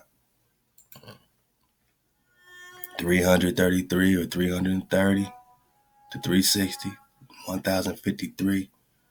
So again, you got a Moses the Black in the 300s. You got a Moses Maimonides, and all these are just shifted. And the real history, the real original drop would most often stay in its due place. This duplicate's taking a voyage that was not just about the time, but about geography, man. But the real history is popping off right here between the 1100s or the 1000 to 1600s. That's really where most of your historical drops coming from before it was shifted back in time, including Egyptian history, Greek, Rome, whatever you want to call it. Now you can start applying these timelines, man, and you're going to start seeing where things really fall into place, man. Why do you think they took out the Byzantine Empire 1 year after the Papal Bull 1452? In 1453, the Byzantium falls, enemies of their Christ. We're just talking the Greek, right?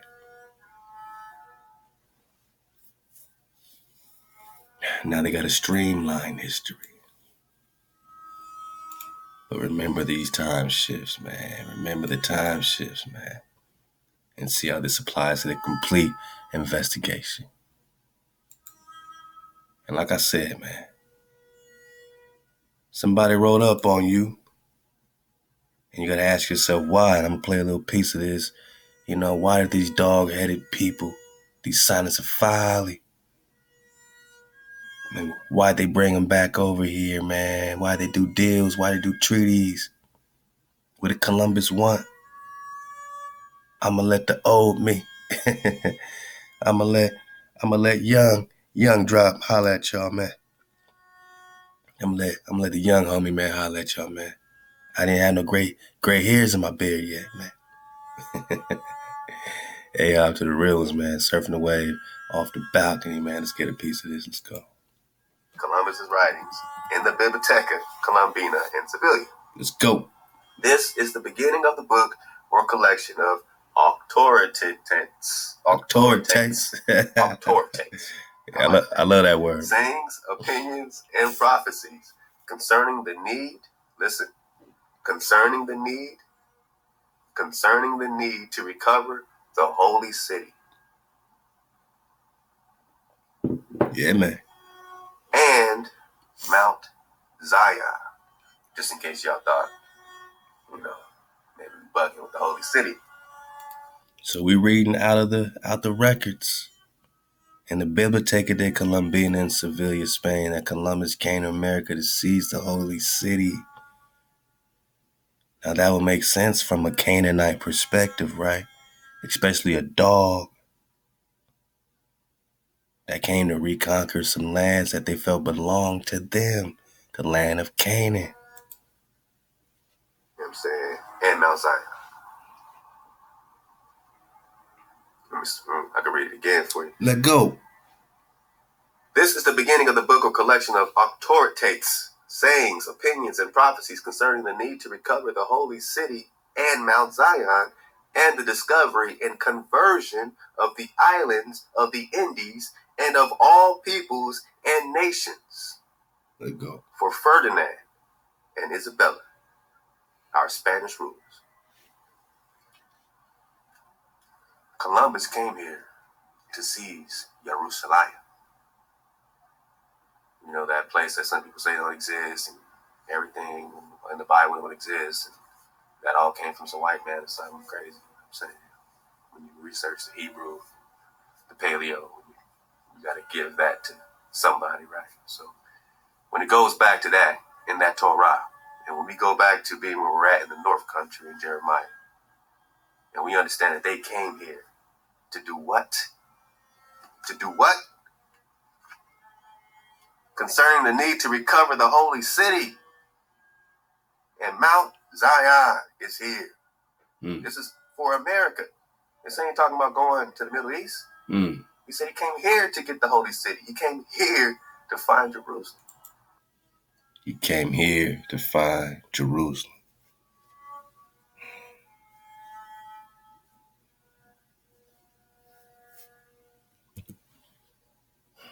So why are they taking these links down?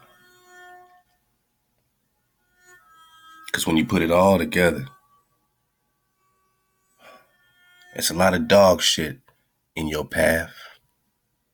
It's a lot of bullshit too. Hey man, Ahab, man, to, you know what I'm saying, Young Drop, man, I appreciate you, man, you know what I mean? Do your thing. Keep doing your thing, man. Hold it down. Ahab to Drop Nation for real, man. In all seriousness, man. I mean, you know what I'm saying? When I see this, man, I was just getting sparked. You know what I'm saying? I was just getting sparked.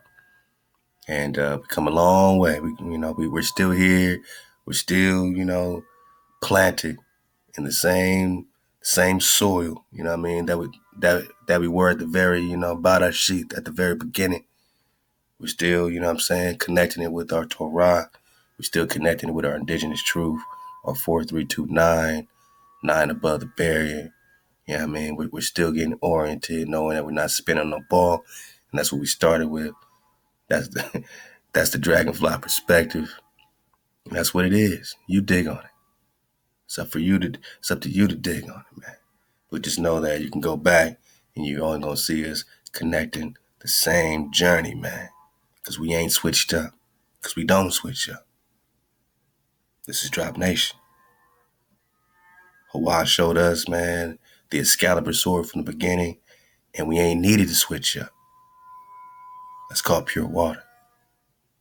That's not us being, overly confident, but we should be confident. Ain't no such thing as overly confident when you are.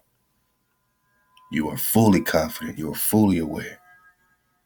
Dragonfly perspective, man. So we're going to get, a little cozy for the dismount on this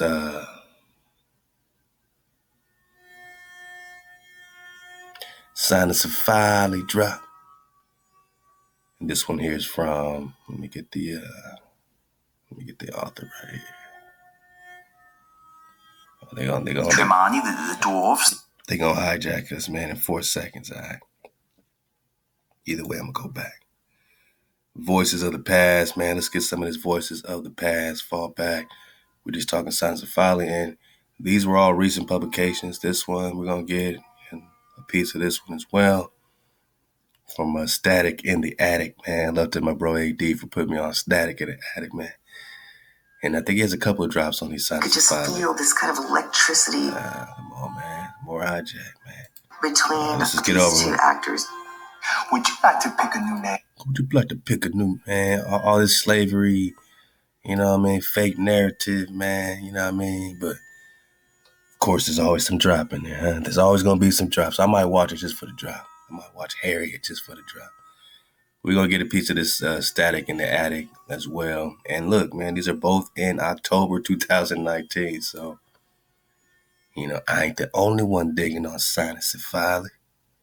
I ain't the only one digging on Cynocephaly. All right, man, let's go.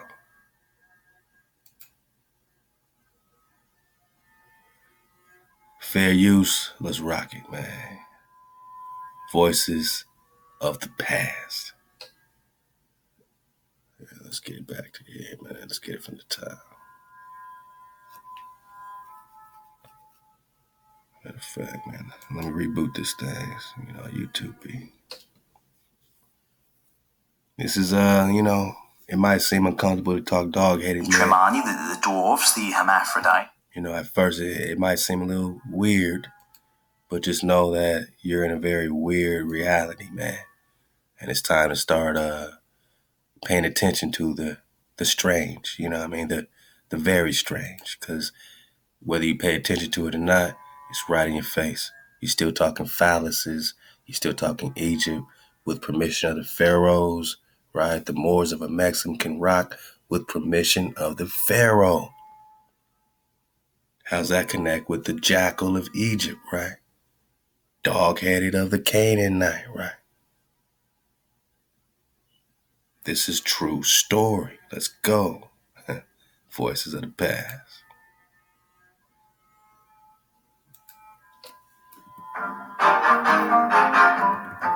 To one esteemed with the gifts of divine grace, and writing in Christ to Rimbert, the honoured elder, Ratramnus greets him in the Lord Jesus Christ, everlasting.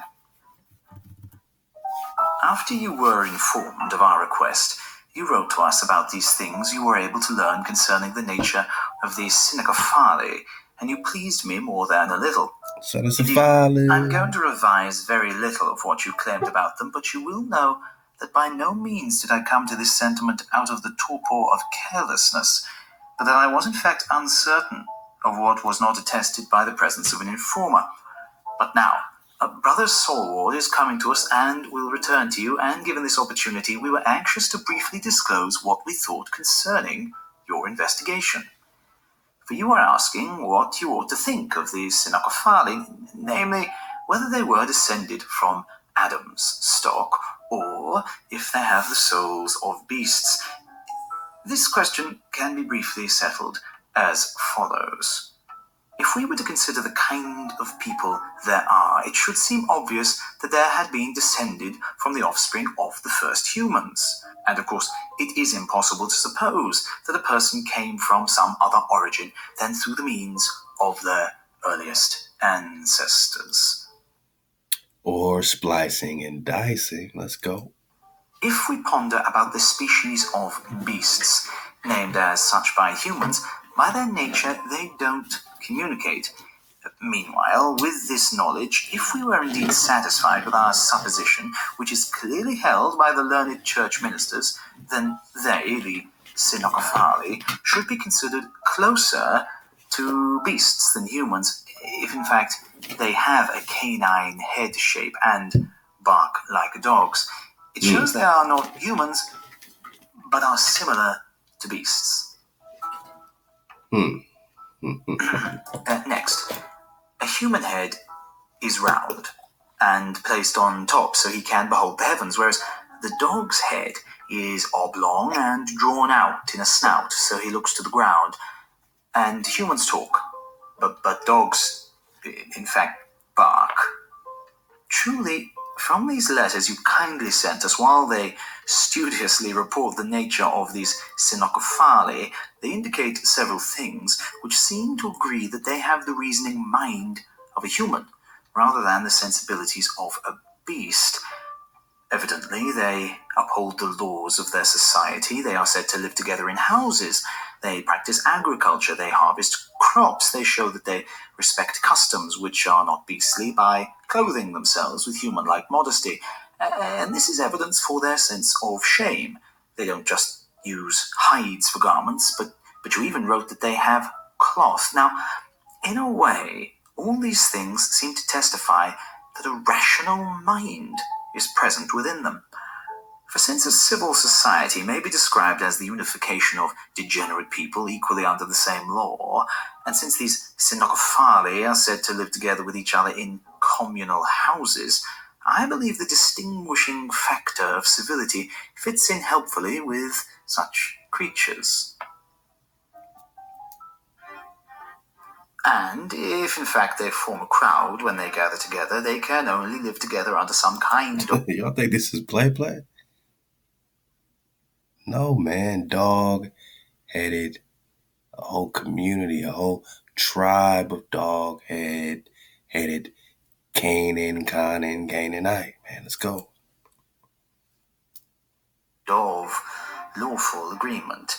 Indeed, where some type of law is preserved, it is also held together with the unanimous agreement of wills, and any sort of law cannot exist where it isn't decreed by collective consent. Certainly, laws can neither be set in place nor ever preserved without some kind of moral instruction. Truly. Now, your letter shows that they cultivate fields, plough the earth, and sow seeds in the countryside to gain profit, and that they are skilled in craft. These traits would be completely unknown if the Cynocophae were not endowed with a reasoning mind to support them. And as a matter of fact, it is reasonable to look for the purpose of a single action. Where there is a purpose, what is it that makes the soil fertile? Why did it yield an abundance of seed? Without the agricultural knowledge of these things, could never be cultivated. Moreover, they have the diligence of a rational mind to know how to make clothing from either hide or wool or linen, for they could not have obtained these things without some kind of workmanship, and the knowledge of craft is only bestowed upon a rational mind. But to clothe themselves in shame is a sign of honor, which is not sought for unless they can judge in their mind the difference between disgrace and decency. And surely no one can blush about immodesty unless they happen to have some concept of decency. Now, nobody, except someone who lacks reason, would deny that these things are all characteristic of a rational mind. On this subject, when you say that there seems to be other things among the Cynocophae, you give evidence that a rational mind really is present in them. Truly, man is distinguished from the beasts only by his rationality.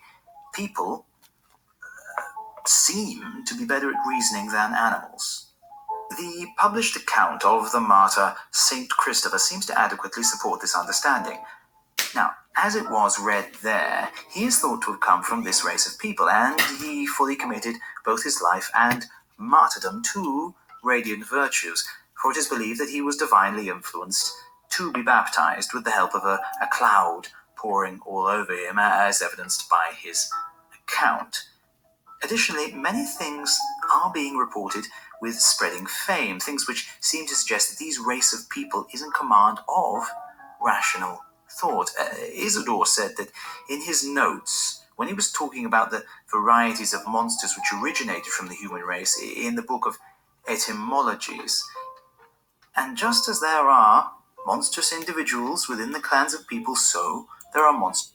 And they're back in the Seville, just like the, Biblioteca de Colombina of Seville. So that's another connection with Columbus and this St. Christopher, man. Monstrous clans within the greater human race, the giants, the Cynocophae, the Cyclops, etc., etc. In saying this, he clearly showed that he believed the Cynocophae had originated from the offspring of the first man.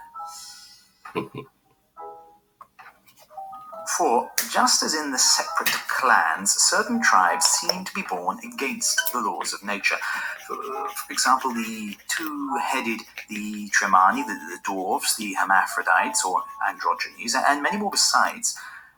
However, these monsters don't arise against the laws of nature, but they come about in a certain way with their own peculiar disposition, since the natural law is an arrangement of God.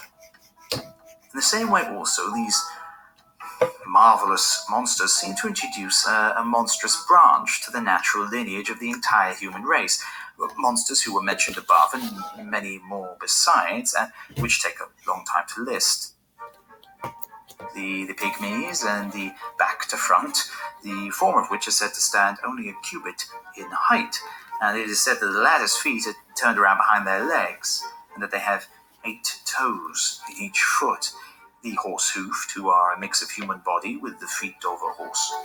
the Macrobi, standing nearly twice as tall as a regular human, and the tribe of women in India who conceive at the age of 5 and don't live longer than 8 years. And many other extraordinary creatures are told about. But although these monsters reportedly originated from the human race, they are hardly ever said to be people who are equipped with a rationality that is to their strength. Indeed, in regards to the giants who are counted among these monsters, almost no one doubts that these people were born from humans, and since these creatures are supported with the authority of divine scripture, we should not omit them. While the Cynocephalus are numbered together with these monsters, they are even thought to be sentient. Certainly if the things which are read concerning St. Christopher are established, seeing that this well-known rumour about them spread. But although we may think as much, it does not follow that whatever is produced from a human being is also human, and has been granted with the genius of human reason. For instance, it is read that a calf was born from a lady, or that a serpent emerged from a woman. Consequently, I would agree that neither the calf nor the serpent had a human or rational mind.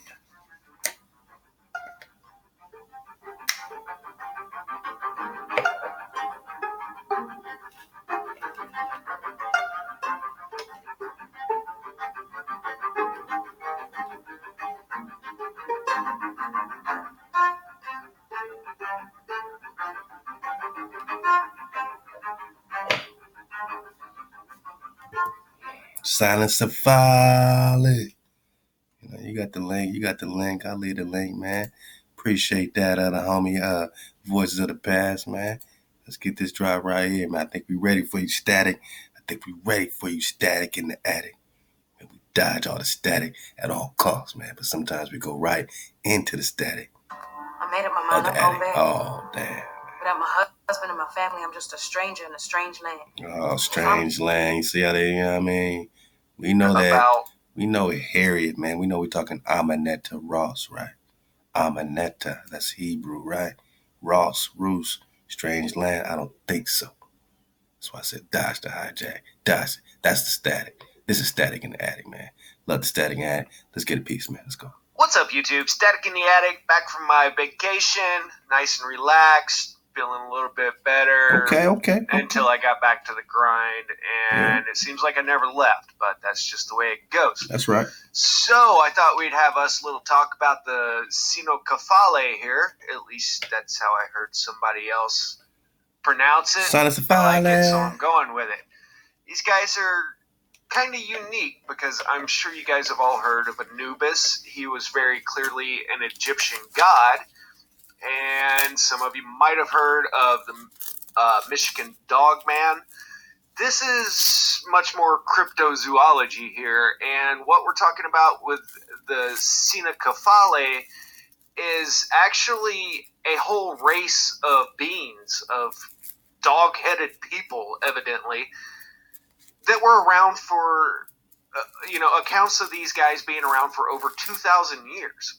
Now, I've said several times on this channel that I really don't know what the world used to be like, the old world was like, because it's kind of all been covered up and erased, and if it doesn't fit into the cookie-cutter mold that they want everything to fit into, then it's double erased, and so a race of dog-headed people doesn't exactly make the cut.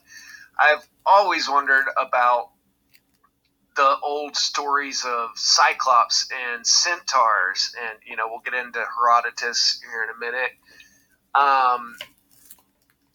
And for that matter, where do the tales of elves and dwarves come from? We've got all of these tales going back who knows how long of all of these different races. It's always kind of fascinated me, and like I said, this is a very unique kind of situation here because evidently what we're looking at here is St. Christopher. And as you will see as we go along here, these guys were an agrarian culture. They had domesticated animals only they were dog-headed people. And this goes from 500 BC, Herodotus, all the way up until I think the most recent account I found of them was the 13th century. And then this even looks like a picture of Jesus with some of the Cynecephali. Man. Yeah, man. Of Jesus with some of the... Yeah, man. Oh, man. Will not cast the children's meat to dogs. Yeah, man. And then you got the St. Christopher, supposed to be carrying the Christ child across the river, right? I mean, all this connection, man, is right in your face, Bone. You should not be getting hijacked at this point in the game. It's right in your face, Bone. If you care, open your eyes, man. This is not your ancient love song. Cynecephali.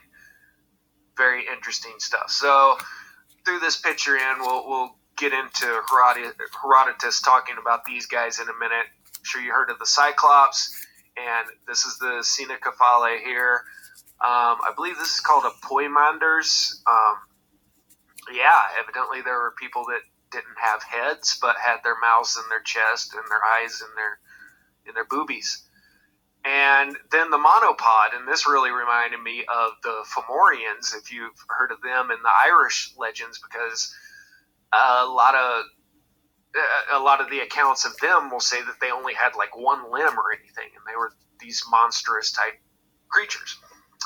This picture, I'm not exactly sure what's going on, but Marie Antoinette there looks absolutely thrilled to be at the dinner table there with that handsome lady thing. Oh, come on, man.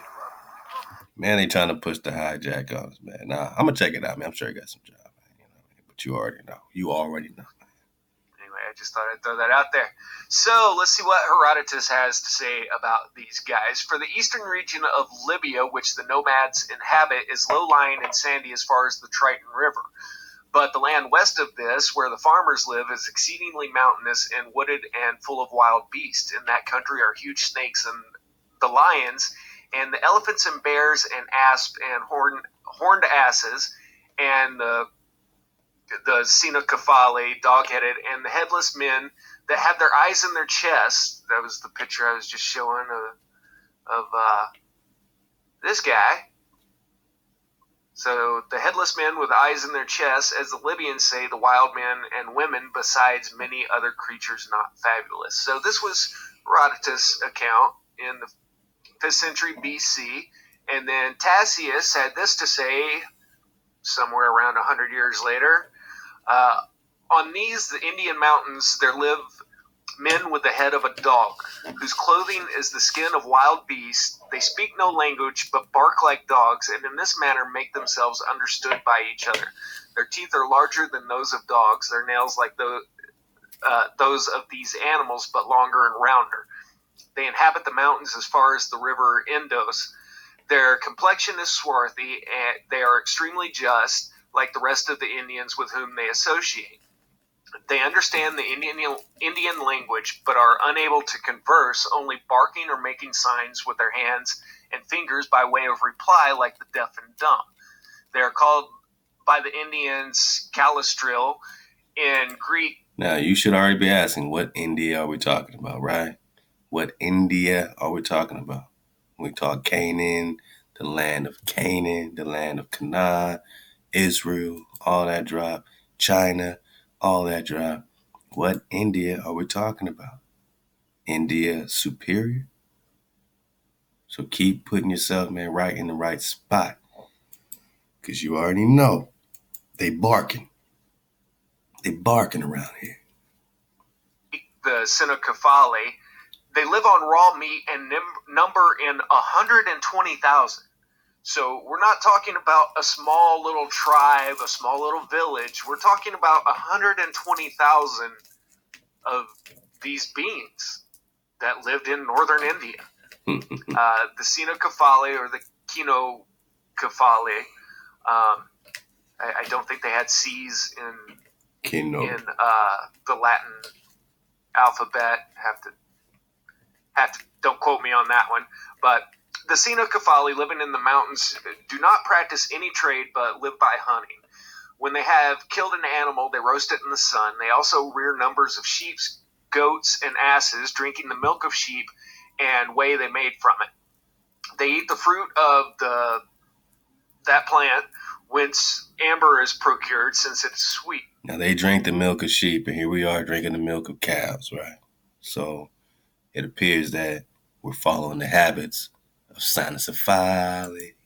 They also dry it and keep it in baskets, as the Greek keep their dried grapes. They make rafts, which they load with this fruit together with well-cleaned purple flowers and 260 talents of amber with the same quantity of purple dye and 1,000 additional talents of amber, which they send annually to the king of India. So these guys lived in northern India, and they were obviously recognized by the rulers of India because they had to pay a tribute to the king every year. So to me, that's just fascinating. I mean, come on, guys. There's a race of dog-headed people. You don't think they were paying tribute to the king of India Superior? You got to get back in that Press of John, the legend and sources, which also talk about all these kings, 72 kings, dukes, everybody paying tribute. They must have had to pay tribute to Ra. Let's go. That, like I said, they were around for over 2,000 years that have just been completely erased from history. I don't know.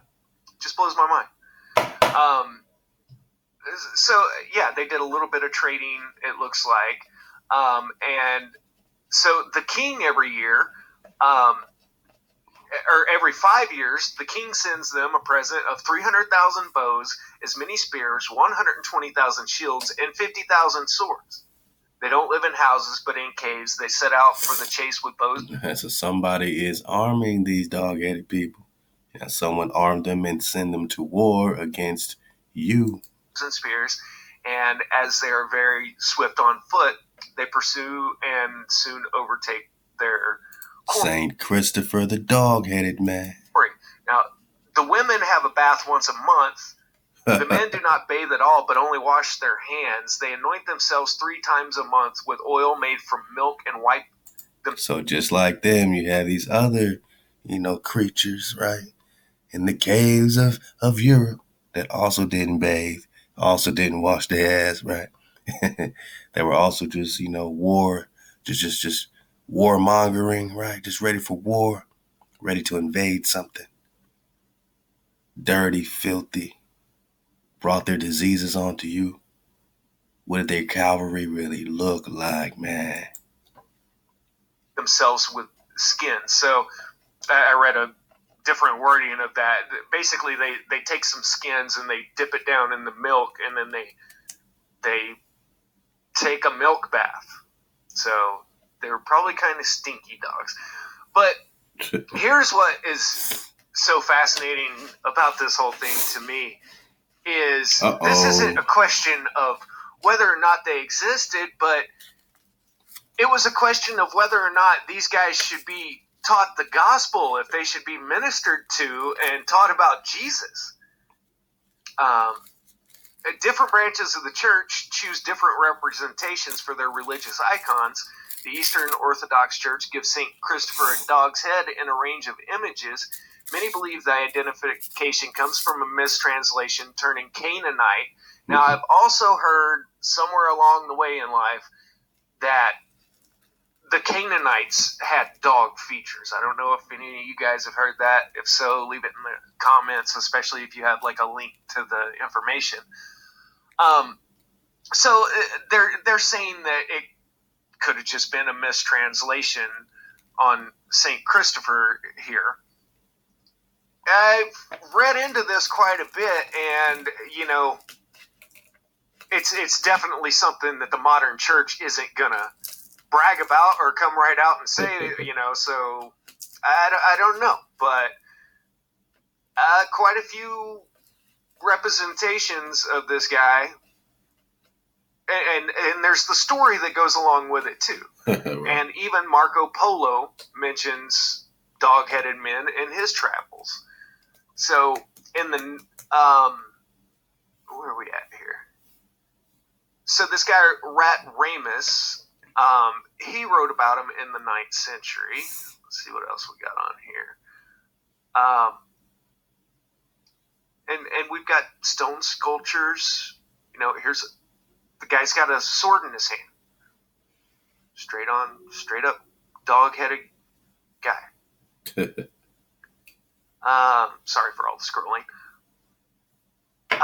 So Rat Ramus here, he wrote to his superior asking whether these these creatures should be recognized as belonging to the human race or to the race of animals. He kind of favored the human designation, and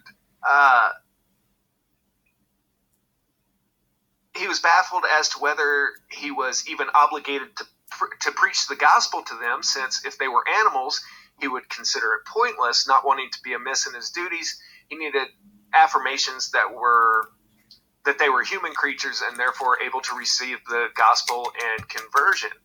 And so his boss, Thomas of Canterbury, appealing to authority, let's see, cut to the chase here. And then Vincent of Beovis was a 13th century encyclopedist,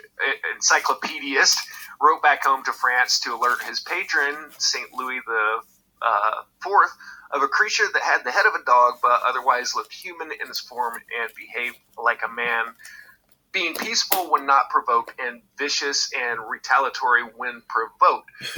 Vicious. Even in the Noel Codex, that is where we get our story from Beowulf. They're not saying Beowulf was a dog-headed man, but in that same literary collection, and I've already covered how basically the whole history of the Nordic people got stored by Anglo-Saxons. Their whole history was stored in a church for safekeeping, and it wasn't so safely kept, and the church burned down and lost their whole history. But even in the same epic, it says even King Arthur's men fight them in the mountain of Edinburgh, and hundreds of them fall by the hand of Arthur's warrior known as Bedivere. So you already got the Arthur, you know what I mean, David, priest king connection. We already dug on that, right? All right. Marco Polo, which, you know, we're just talking about more Pressure John connection, Genghis Khan connection. So yeah, man, you know, if you ask me, they definitely existed. And it appears that, you know, maybe even, you know, some level of power today is hiding them. You know what I mean? Like, I don't think they don't exist no more. I think maybe we're just under some type of magic that we just don't, you know, see their real visage. You know what I'm saying? It's a lot we don't see, you know, when you can hide in between the light spectrum, when you can hide in between the timelines, there's a lot we don't see. But this is definitely something to, you know, raise your ears up. You know what I'm saying? Raise up your ears on this one. You dig? Cynocephalus. Get a couple more minutes. I guess, category. They referred to the Cynocephalus. So these guys lived all over the place, and some of the debating here that Rat Ramus was writing about, let's see a good example.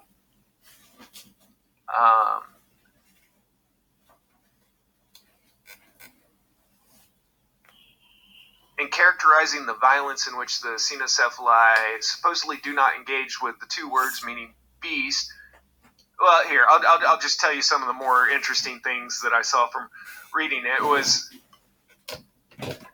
that, you know, he even went so far as to say, well, are these guys of Adam's stock? Because when God made man, he made their heads to where that they can look up towards the heaven, and a dog's head looks down at the ground. And anyway, this guy was like truly distraught, and it was this very long letter that he wrote, kind of weighing out the characteristics of these beings. trying to figure out whether they were human or not, whether they were from Adam's stock, and whether or not they should be taught about Jesus. So, like I said, it's not a question of if they existed, it's whether or not they should be taught about Jesus. I mean, come on, that's crazy. The icon of Saint Christopher is one of the most astounding images found in the Orthodox tradition. Showing a dog-headed warrior saint, it conjures fantastical stories of werewolves or a monstrous race from Pliny's edge of the world. Pliny was pretty colorful character. Historians kind of look at him and say, well, he didn't really ever define whether he was actually telling the truth about something or whether he was just straight making it up. And, who knows? Maybe it was all just straight up what was going on. Hey, warrior Cynocephalus, man. So, again, these aren't like, they're just saints. Nah, these were trained for war. These were weaponized, spliced and diced, dog-headed people. And what does it got to do with your captivity today, man? Going on at the time.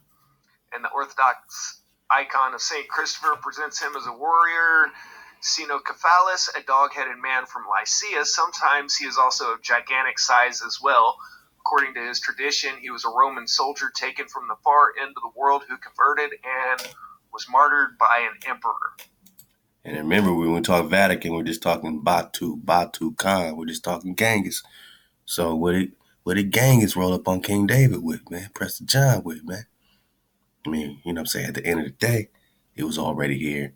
Anyway, man, love to Static in the Attic, man. And, go get all that drop.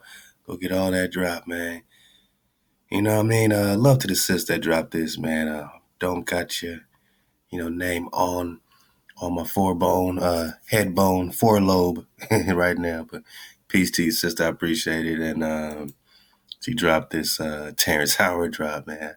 So for the dismount, I'm going to link you right here. This is what the sister dropped to me on Terrence Howard. It says 1 × 1 = 2. I mean, look, he's surfing, a particular way. Before you come to any conclusion, just, dig on, what I'm saying, some levels of what he's digging on and, what I'm saying, see how it flows. Now, this is just a slither, of course, of what, might be dug on with with Terrence Howard and these Platonic solids, man. But it's interesting.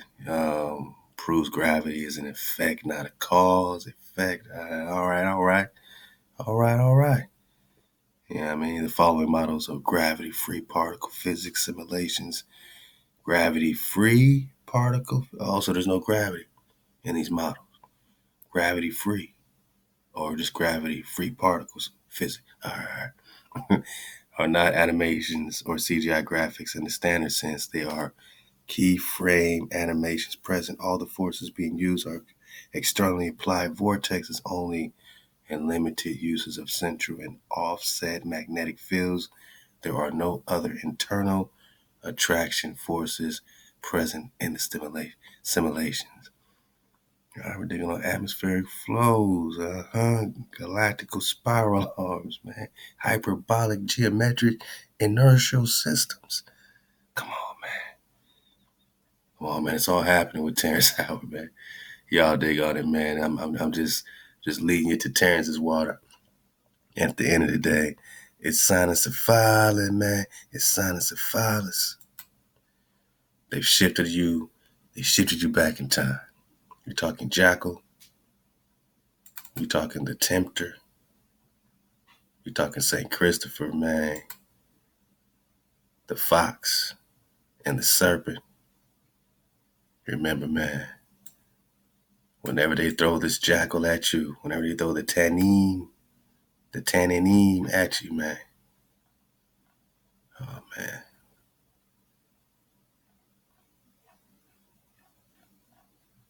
It always comes back to this, man.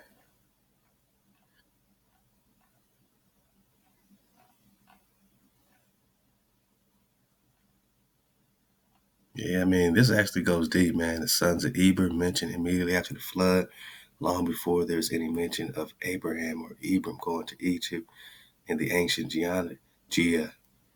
genealogy from Shem to Abraham as given in the Bible, we find the name Skelach, Eber, Peleg, Ro, Saru, all names worthy of note.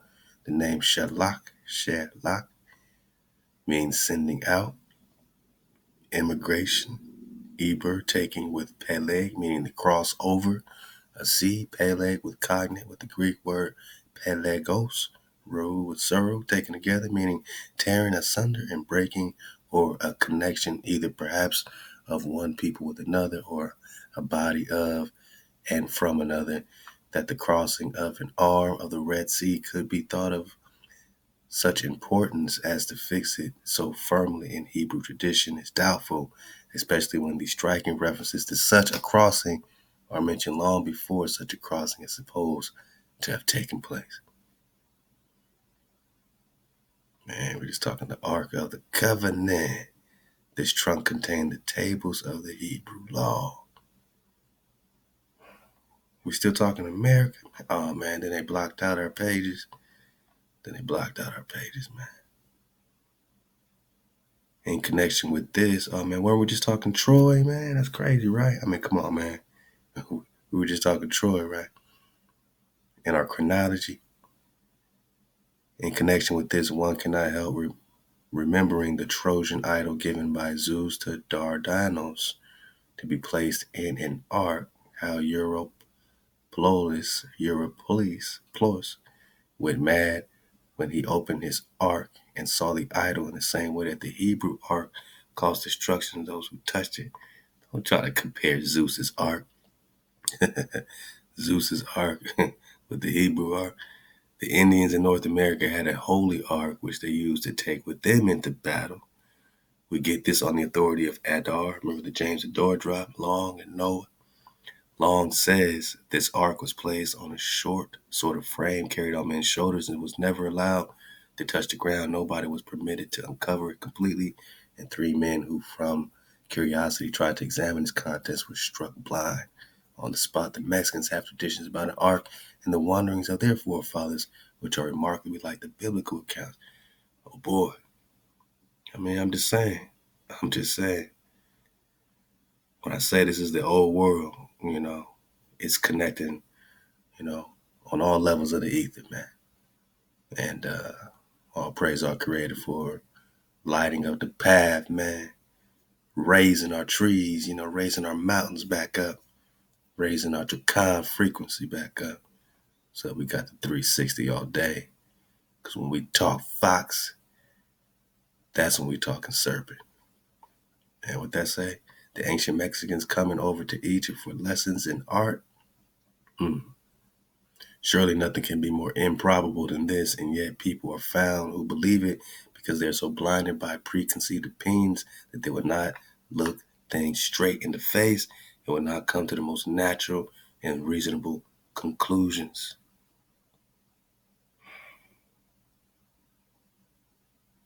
If he had said gone to Egypt, he would have been on the right track. It is surprising, says the learned critic Vader, to see how exactly the ancient Mexicans in their pictures given by Humboldt must have copied the Egyptian style, right? He's saying, man, you in Egypt, my naga. You in Egypt. They are exactly like the stone statues in Egypt. Oh, Egypt must have came over here and taught this. And naga, this is the old world. This is all the Mu Atlantis connection. So you're going to have all the old guys. You're going to have the oldest pyramids, the oldest everything. You know what I'm saying? It's all going to be right here.